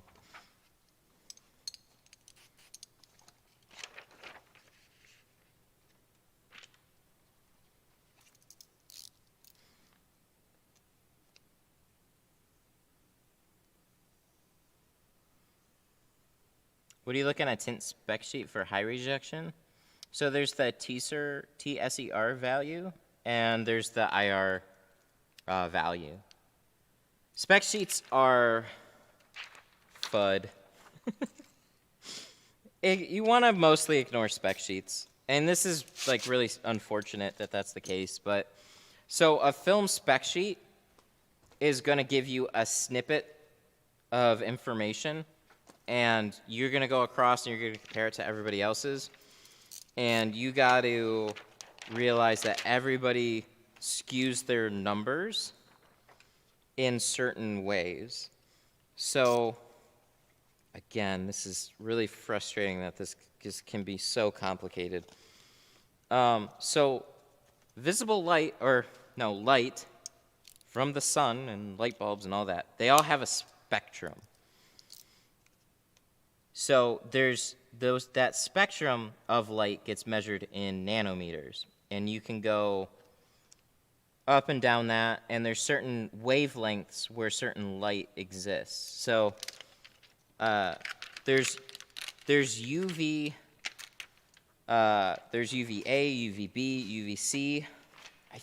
One of the UVs, UVA, UVB gets through our atmosphere. UVC gets blocked out. But anyways, what I'm getting at is infrared, which is what you feel, can be measured in like from, let's say the spectrum is this big. So that this is all, sorry, I got glass aid stuck to my fingers. So let's say the spectrum is this big. Your infrared spectrum is this big. Well, the film is going to vary throughout that spectrum. So it's not just going to block out a consistent amount among that spectrum. It might have a highlight here, might have a highlight here. But they could take that infrared spectrum and only measure this much and tell you that their film blacks out 99% of IR. But then you put it on your car and you feel a bunch of heat. Well, that's because it only blocked out this amount of the full spectrum. So how do you know what ceramic film to go with or what's going to do well for you? Well, one, you can look for a fairly reputable brand and just kind of know, hey, they probably aren't putting out shit film. And B, actually feel it in person. So a lot of these shops will have a glass demonstration, the heat box demonstration. So go in person and see if if you can feel a difference. Because at the end of the day, whatever number that it tells you is whatever. You want to put it on your car, you want to go outside, and you want to feel it in the sunlight. So the heat lamp is about as accurate of a representation to that as you're going to see.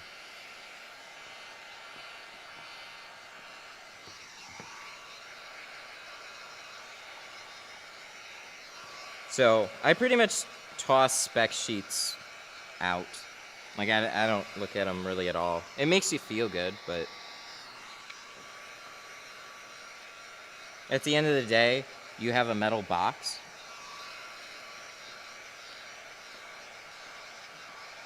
I live in the UK, so spec sheet or YouTube video is the way to know for me. Well, just look for a reputable company and order whatever their ceramic is, or go to any reputable shop in your area and ask what they have for ceramic. So you got to kind of just see what's actually available where you are. So sorry to be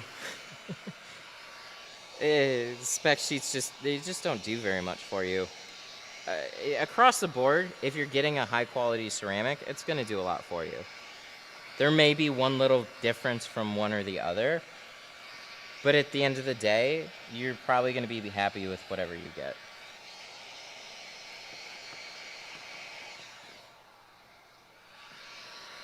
Don't be too worried about the numbers.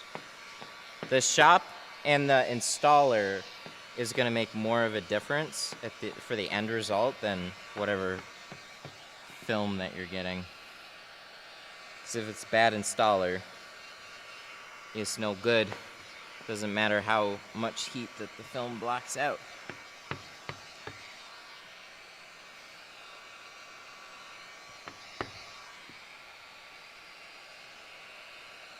Hey, don't be dogging my MacTac. These, I've talked about this. These get better with time. There's squeegees and stuff that you'll want to replace. MacTacs.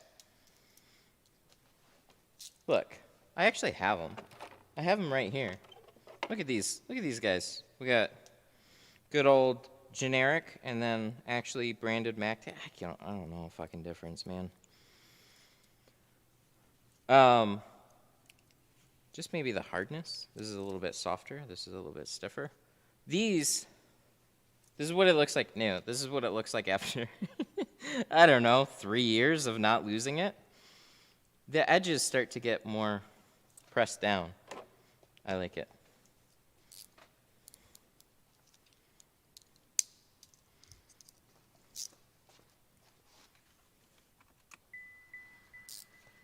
Trust me, I've heard it a bunch.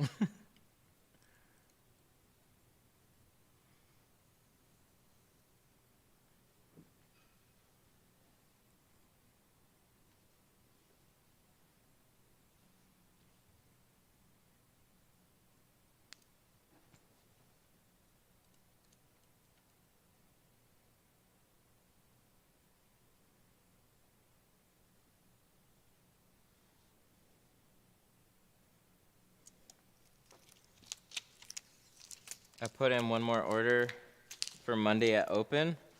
Ooh. Yeah, so they, dude, like what? So you have all this shit happening with the banks, and then you have all this stuff happening with the SEC. The SEC has paid out more in whistleblower rewards in the past 2 months than I think in the entire history of the SEC. That is insane. They just awarded another $50 million in whistleblower rewards. So yeah, they're about to put the crack down.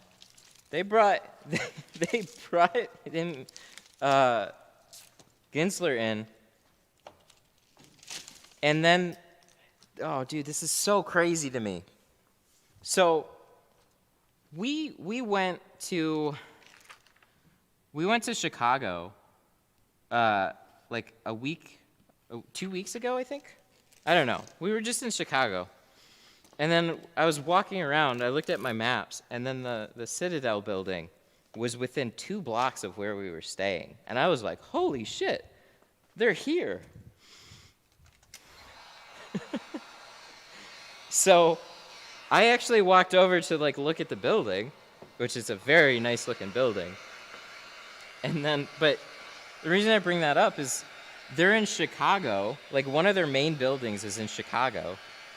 And then the SEC just let go the SEC rep that is in Chicago. Why do you think that they did that?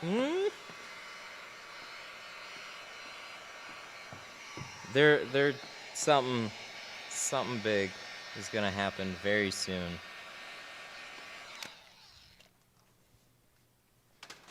It's just crazy. So many things. So much is like, oh, this would be crazy if it happens. I saw the signs that people wanted to put advertising on. What would you do with $50 million if you won the lottery? Right now, I'd put it all in GME. That's it. Oh, but that's kind of an interesting question, too.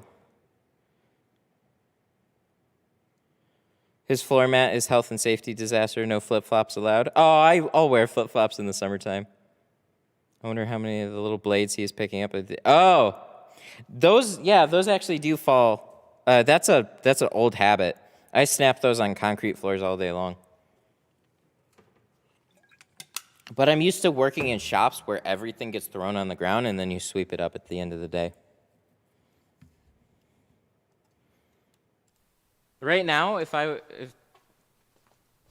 won 50 million lottery, well, first off, I gotta pay what, 25 mil to the government, whatever the case.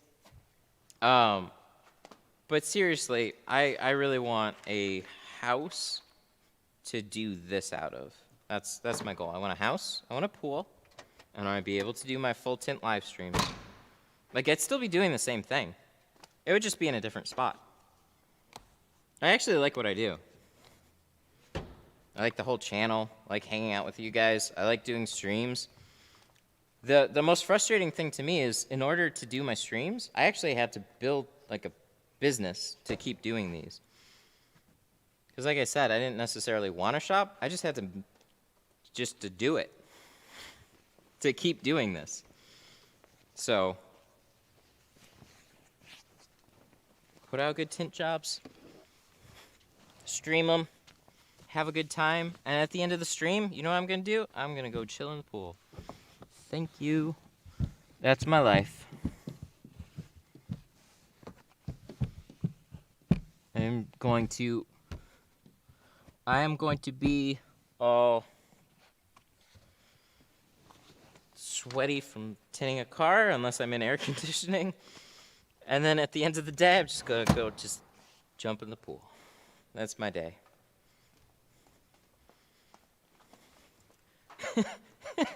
No, as popular as pool streams have become on Twitch, no.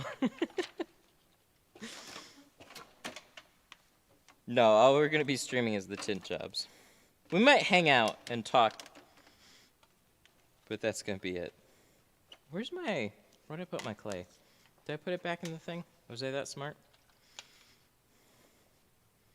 And buy a Rolls Royce? I'm not interested in a Rolls Royce.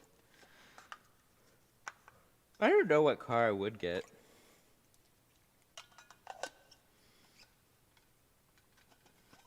You guys are funny. The most important thing after buying back his house is buying back up battery chargers for his equipment.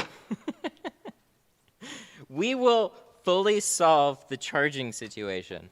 So I'm actually planning on getting a row of cabinets here. So like bigger, tall ones to kind of like one section off this space a little bit.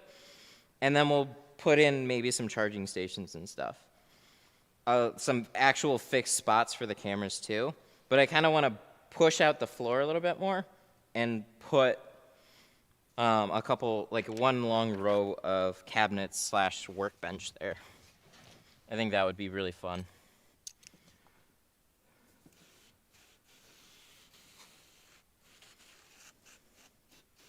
Start your own window tint film line? I don't think so. So this is like, goes back to one reason that I work with Geo. Window film, putting your name on a window film is not anything special. Being able to bring a good product and a good business to the window film industry is what really matters. So my own line of window film, there's oh my god, it's such a chore. What is a window film? What am I going to be able to do that's not going to take millions of dollars of R&D research that doesn't exist already? Like, what is window film missing that doesn't exist already? That's the way to look at it. Like, window film itself, like, there's already good companies taking care of people. So I would have to bring something better than what exists already. So that's the way I always look at a lot of what I'm interested in, but especially for film, like the logistics that are involved suck. The logistics are horrible. So you get your film manufactured, and then you get it shipped in, and then you have to estimate how much you need to get made.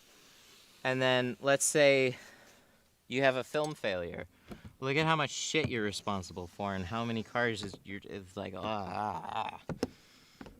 And then somebody doesn't install it properly and then bitches you out online. And yeah. It's a tough game for sure. So, mad respect to the people that do it. I would rather highlight good businesses that are already doing good for their clients than try and take on something that, like, I'm a tinner. I know what a good film is like to work with.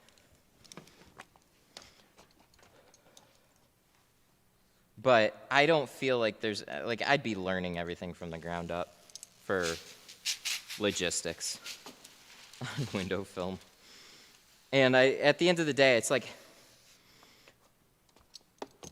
color stable, dyed, like what am I gonna bring? What am I gonna bring that's actually significantly different or better?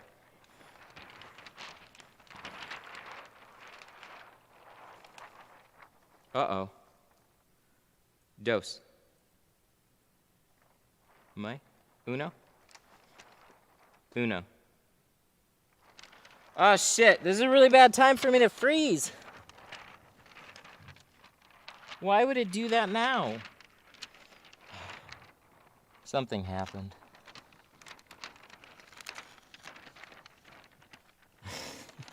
Matt Studio Mega Max Ceramic.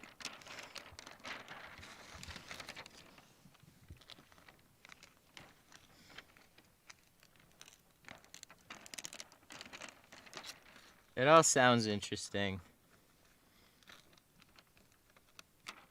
But Geo, they've been working in the nanocarbon, nano ceramic game since it was first really a thing. And they've been around much longer. People have great things to say about their customer service and business, and they don't lock themselves off to be private.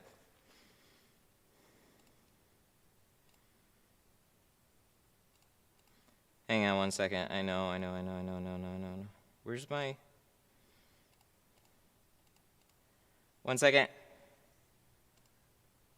There we go. We fixed it. It actually wasn't anything on the headset itself. It was the capture device froze. So, of course, that the most exciting part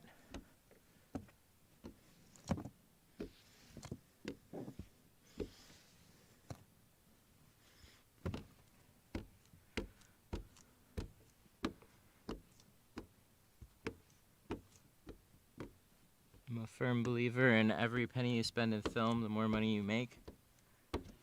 Yes. Exponential. Exponential money.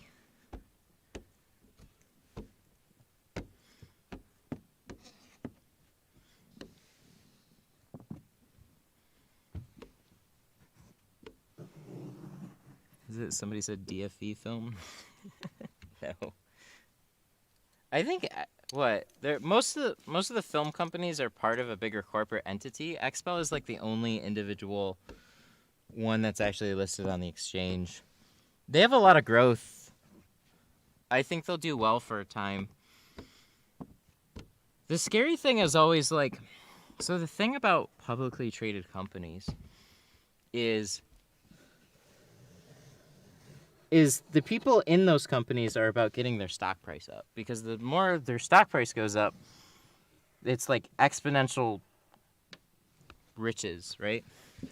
Because they have shares in their own company and they want to see it go up. They can only make so much in a year, but when your share value doubles, triples, quadruples, you're just making money hand over fist.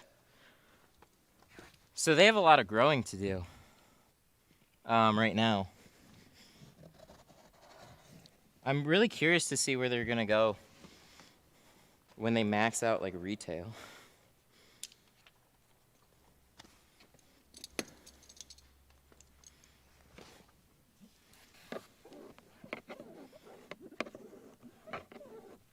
I'd expect they're going to get into vinyl. I think that would be the next thing. Vinyl, they have ceramic coatings.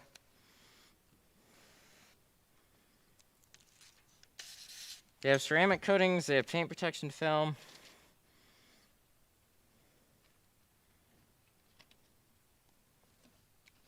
Window tint was a no-brainer for them to get in.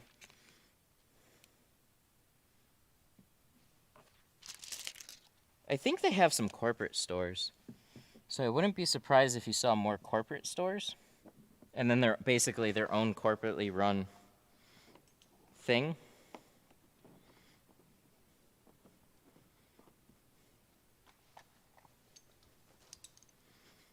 But they'll keep getting into more products, more services.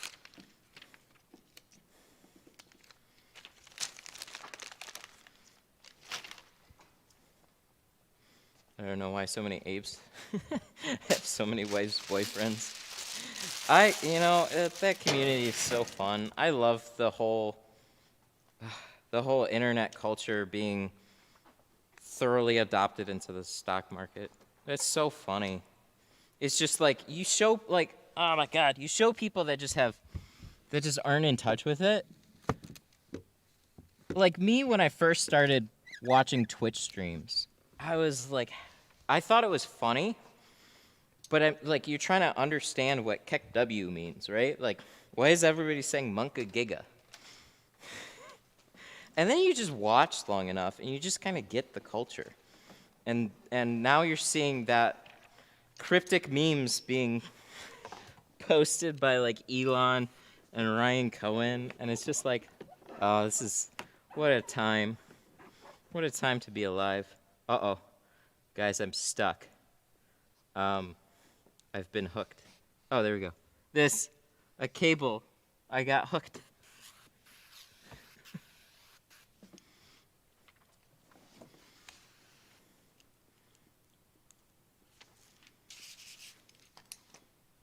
So one reason we got the balloon, though, was because I watched a lot of Twitch streams.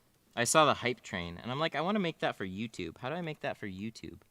Because YouTube doesn't have the hype train. So I made my own. My balloon is the hype train. But we've fallen off.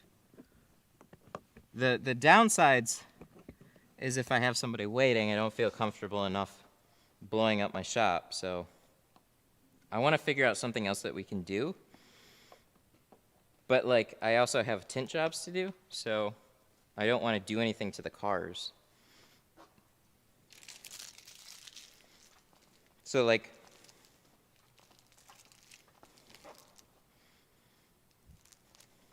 do you think, oh, that's a good question. Do you think Gio will bring in something like Pro Nano too?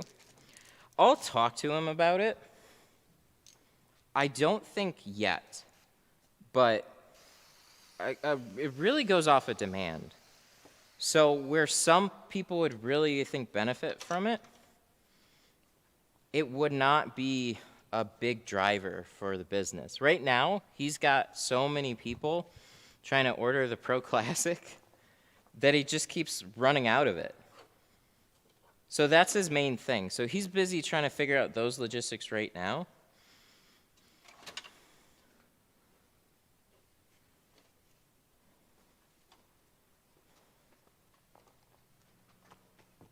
I heard that meme. I heard that joke. But anyway, so I don't know if they'll have one yet. I'll definitely ask them about it, though, because I was wondering the same thing. It's almost just, it would really just be for bragging rights, so if they're in a position to do it, then do it.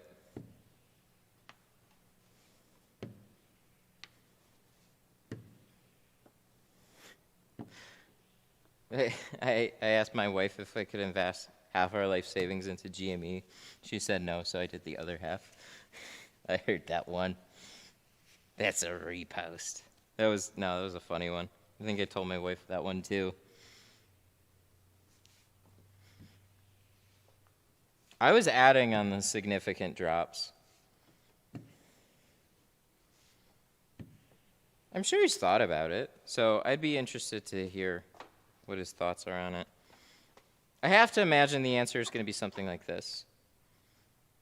I thought about it, and we need to see more Pro Nano sales, or something to that effect. If there's the demand, then yeah, he'd absolutely be on it.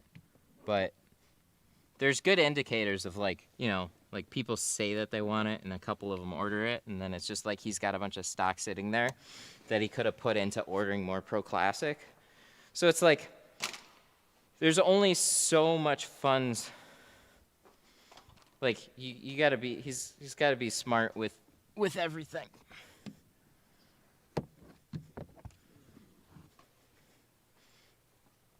You got the Optima towel? How did I just... Oh, we just got it in the last stream.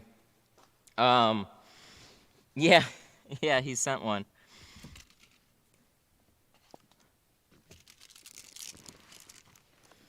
It helped us make the perfect windshield in the last stream, actually.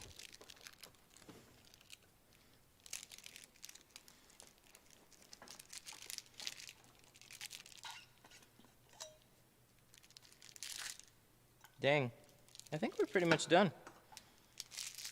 That went well. We messed up one door, but we fixed it. Everything is good. I saw one little... Where's my...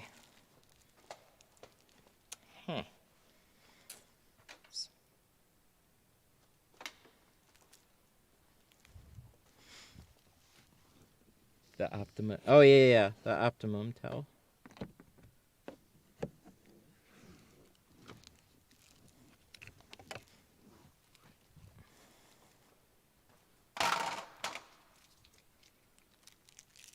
We're just checking this over. She's looking good, though.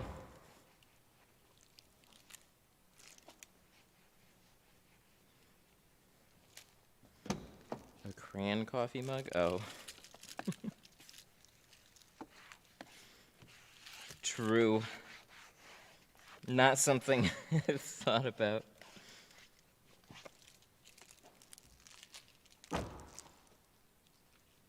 I found out they made coffee mugs or thermoses with the hooks on them.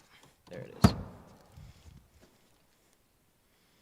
So then I can just hang it on my toolbox. And that's nice. I like doing that. I gotta get cabinets, though. That's my next goal, I think, for this place. I think we're gonna do... I was looking into some. They're like... Found a decent set for about... I think it'd be like $2,500 to $3,000. Just to... And they would start at that wall, and then they would just stretch. They would stretch to about where that balloon is, I think. And then we can open up this... We'd open up the space just a little bit more, shift the floor, add some more tiles. And we're gonna like dress this place up a little bit better. But it's gonna be a minute before we do that.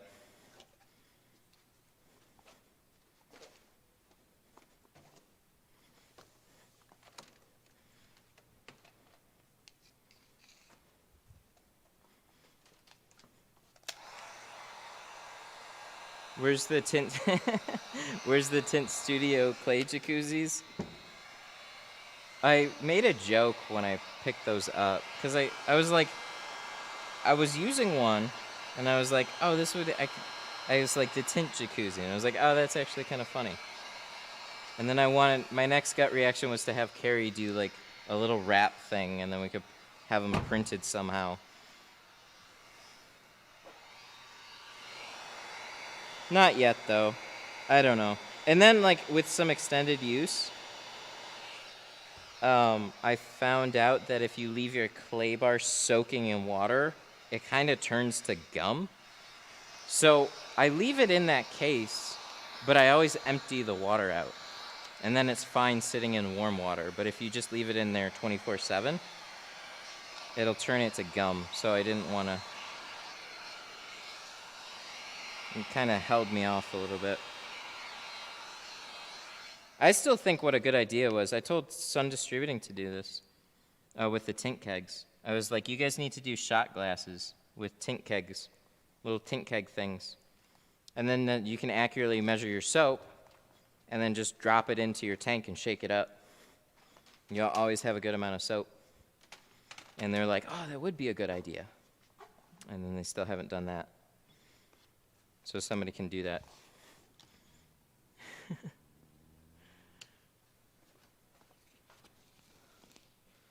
Drop a Tesla motor in the boat? What?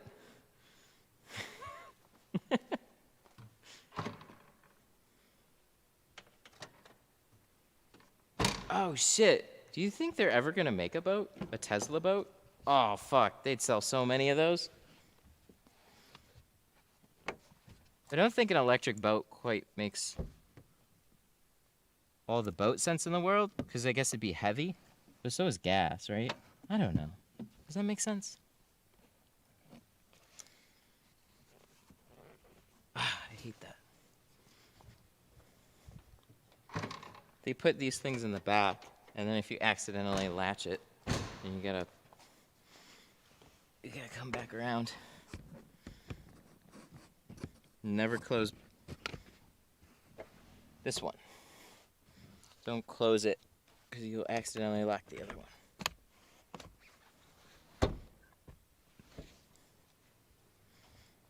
I think they'll do that. I think they do that eventually. They'd have a limited edition boat.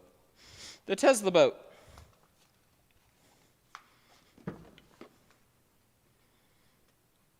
Because it's already a rich product. So why not make it a boat?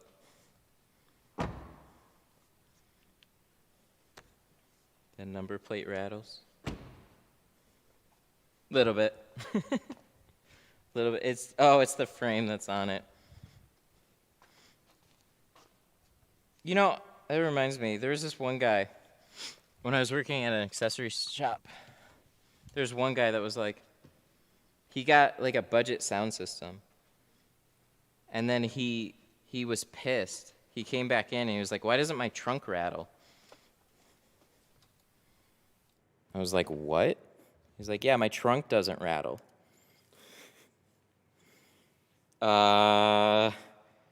Isn't that a good thing? No. I want people to know that I have a banging sound system. It's like, we could loosen the bolts, but you got a cheaper sound system.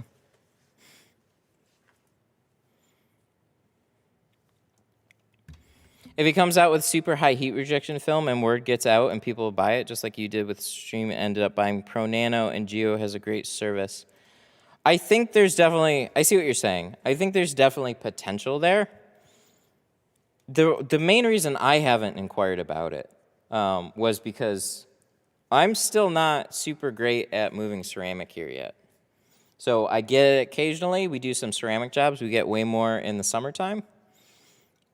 But if I do, I would probably get rid of the Pro Classic, I think. I'd only go carbon, ceramic, and then super ceramic. I'd get rid of the carbon.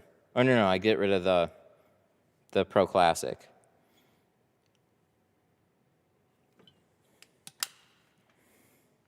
They only have 70%? Oh, yeah, they do. They do have an Ultra. That was pretty common, though. So there was a lot of film, like if you go across the board with a lot of film manufacturers, you'll see 70% film, 70 or 80%. And it was usually like, you'd see like 70, like Air 80, like Lumar had Air 80. And it was supposed to be like a super high heat rejection, only in a lighter one. Kendall! I'll wait for it to pop up. Oh, wait, no, the lights are blinking. Kendall with a 2. You know I donate so you can take a day off. I appreciate it. Thank you. I do take Sundays off. Normally. I just have, I put myself to work a lot. Some of it doesn't even feel like work necessarily, though, because I enjoy doing this part of it so much. So it's just kind of like things I have to do so I can get to what I like to do. It blocks more heat, 20% Pro. Oh, okay. Yeah. I forgot they have the Ultra. But I could see why that's more of a thing. So ceramic only makes film so dark, so they have to add coloring to it. So often what you see is ceramic will bring the film down to like, I think as dark as a 40%. Or at least this used to be a thing. So they have to add coloring to it and then make it a whole line. And that is much more than just the one. Looks so good. How do I go about ordering rolls? I want a double cut, but I don't want to run out so fast. We have it on mytintstuff.com. And then also you can go to Geo's site too as well. So both orders go to the same place.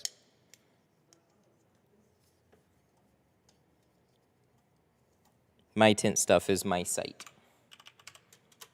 I gotta check on the Pro Classic though.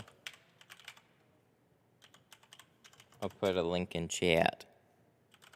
That's where I also sell like the Studio Squeegee and stuff like that. I'm interested to try this. I'm trying to remember to bring this to the glass shop and have them take off a Ford mirror, hopefully. This concerns me a little bit, but the creator seemed like he definitely knew what he was talking about, so.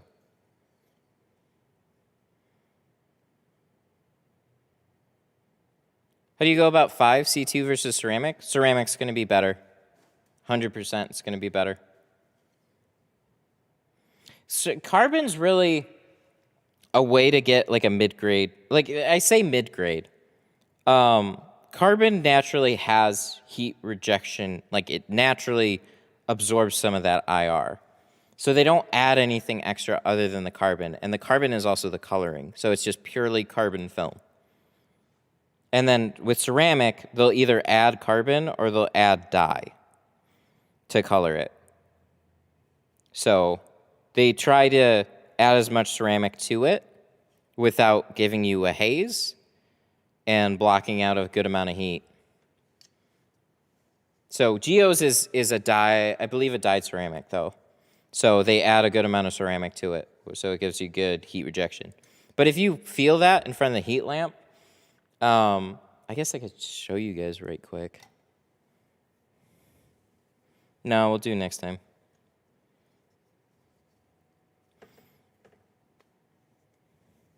I gotta, 1 second, let me take a picture. I'm gonna send this to them and let them know their car's done.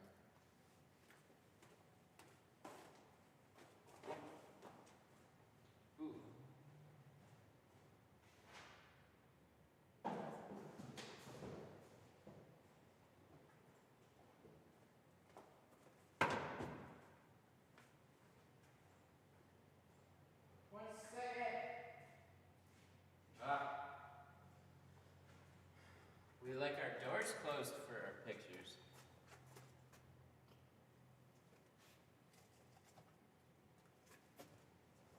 Ooh, baby.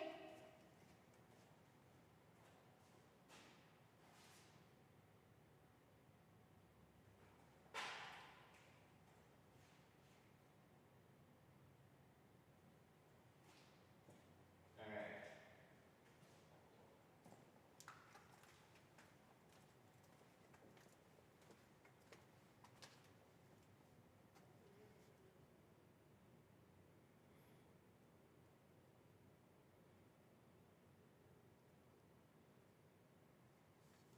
All right, cool. Is Tint Depot Economy 1-ply? They kind of tell you the longevity of it. The economy, that's just window film, so it's good to practice with. You could get by for like a year or two. It's not horrible film, but it's not made to last super long, so I wouldn't expect the world out of it. I want to see the Ford mirror removal. I don't have a Ford mirror here. Wait. Oh, I do. Oh, I do. Oh, fuck. I got one. I got one on that. Oh, fuck.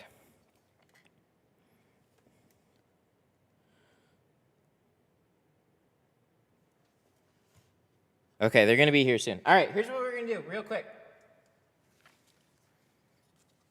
Fuck, I do. I was wondering how to remove it. I have a crack in my windshield, too. All right, 2 seconds. We're going to go try this, all right? We're going to go try it. GoPro. You're going to see my nasty-ass Explorer. I got so much shit in it. We're going to try this really quick. All right. I have the perfect windshield to try this on. I'm not even going to look at the directions. So this guy is supposed to like fit in here somehow. And then I broke the tool. Fuck. I think I did it wrong. Oh, fuck.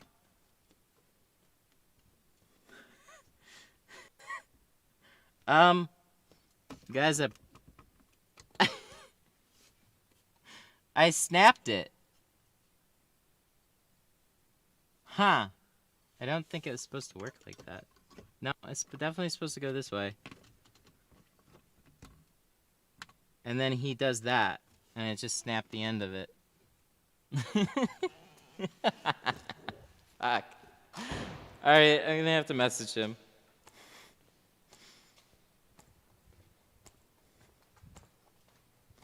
Well, rip. I don't know if I was supposed to push it in farther, but I'd say that was a pretty general real-world experience right there, and that's what we managed to do to it. So we snapped it already.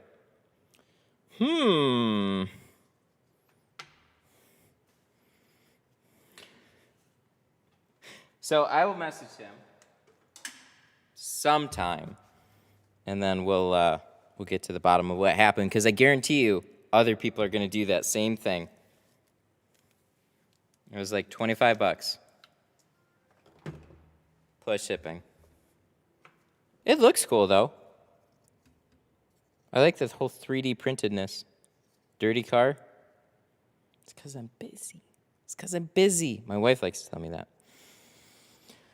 Okay. All right, I'm going to shout out some super chats really quick. YouTube, why you do this? Guys, I used to have this really nice long list of all the super chats at the end, and now YouTube only shows me, like, after like 10 minutes, it goes away. So all I see is Kendall's. So I scroll back, and as far back as I got, we got big shout out to LK, LKB, LKB, LKB, Jamie, Zach. And then there was like a $10 one in the beginning. T-Jet. I think it was T-Jet at the beginning. And then Kendall at the end. Thank you guys so much for super chatting. I greatly appreciate any support that I get. And then also anybody that orders in the store, you know, that always helps support what we do here. So there's been a good amount. I'm very happy with the way everything's going. So we're able to continue having fun. We're going to be streaming this boat on Monday. Monday night, probably. So I might do one earlier in the day, but we're definitely going to be streaming this boat. But I actually have to do it, so. Have a good day. See you at Market Open. Let's go. Long weekends. Excited for Monday for sure. Order a couple just in case. Yeah, but I wanted to try one, and we tried it pretty quickly. I was going to bring it on Tuesday, so I don't know. I'll talk to him about it. Quick question. If I got a pre-cut for a 2019 Ranger and it had a small circle in the bottom right passenger window, is there supposed to be like that? Why would there be a small circle in the bottom passenger window? No, that doesn't make any sense. Not unless you had some window attachment. Pre-cut for a 19 Ranger. Was it on like a back window or something? The only reason I could see a circle is because there was a cutout there. For, like, if you had a sliding back window with a latch or something. That's the only reason I could see that. But on, like, regular door windows and stuff, no, you shouldn't have just a random cutout. That doesn't make any sense. Which is better, ceramic from Geo or V-Nano? Oh, which is a better ceramic? Pro Nano is the better one. So V-Nano was their budget option because they had a lot of requests for a budget ceramic. So they're like, there you go. Do you have to be a business? No, but you kind of want to be. Or you want to be at least looking to get into it professionally. So you can order as short as 50-foot rolls. And you can order it from either go to Geo's site or go to mine.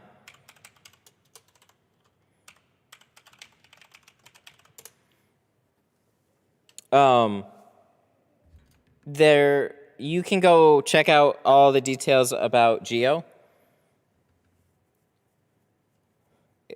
V-Nano is cool. It's decent for the price and what it is. That's exactly what it's for. The only problem with where I was trying to slot it in is, like, it's got a 5-year warranty on it, and that's where I kind of, like, I don't know how to sell it. I like to just say I don't install anything without a color state or without a lifetime warranty. So that's where, like, I start with longevity, and then I get into the performance. So I could see 2 films, a budget ceramic and a better ceramic, or then a carbon with the lifetime warranty, and then a ceramic without a lifetime warranty, and then, you know what I mean? So it got a little tricky for me. The front passenger window has it. That's weird. Yeah, there shouldn't be a random hole in your tint. Nobody wants that. Yeah, front passenger, like front cutouts are just like around the whole window. That's it. You guys set up with Geo and formed an LLC, just waiting on my state approval. Because no one is... Nice. Very nice. Oh, God.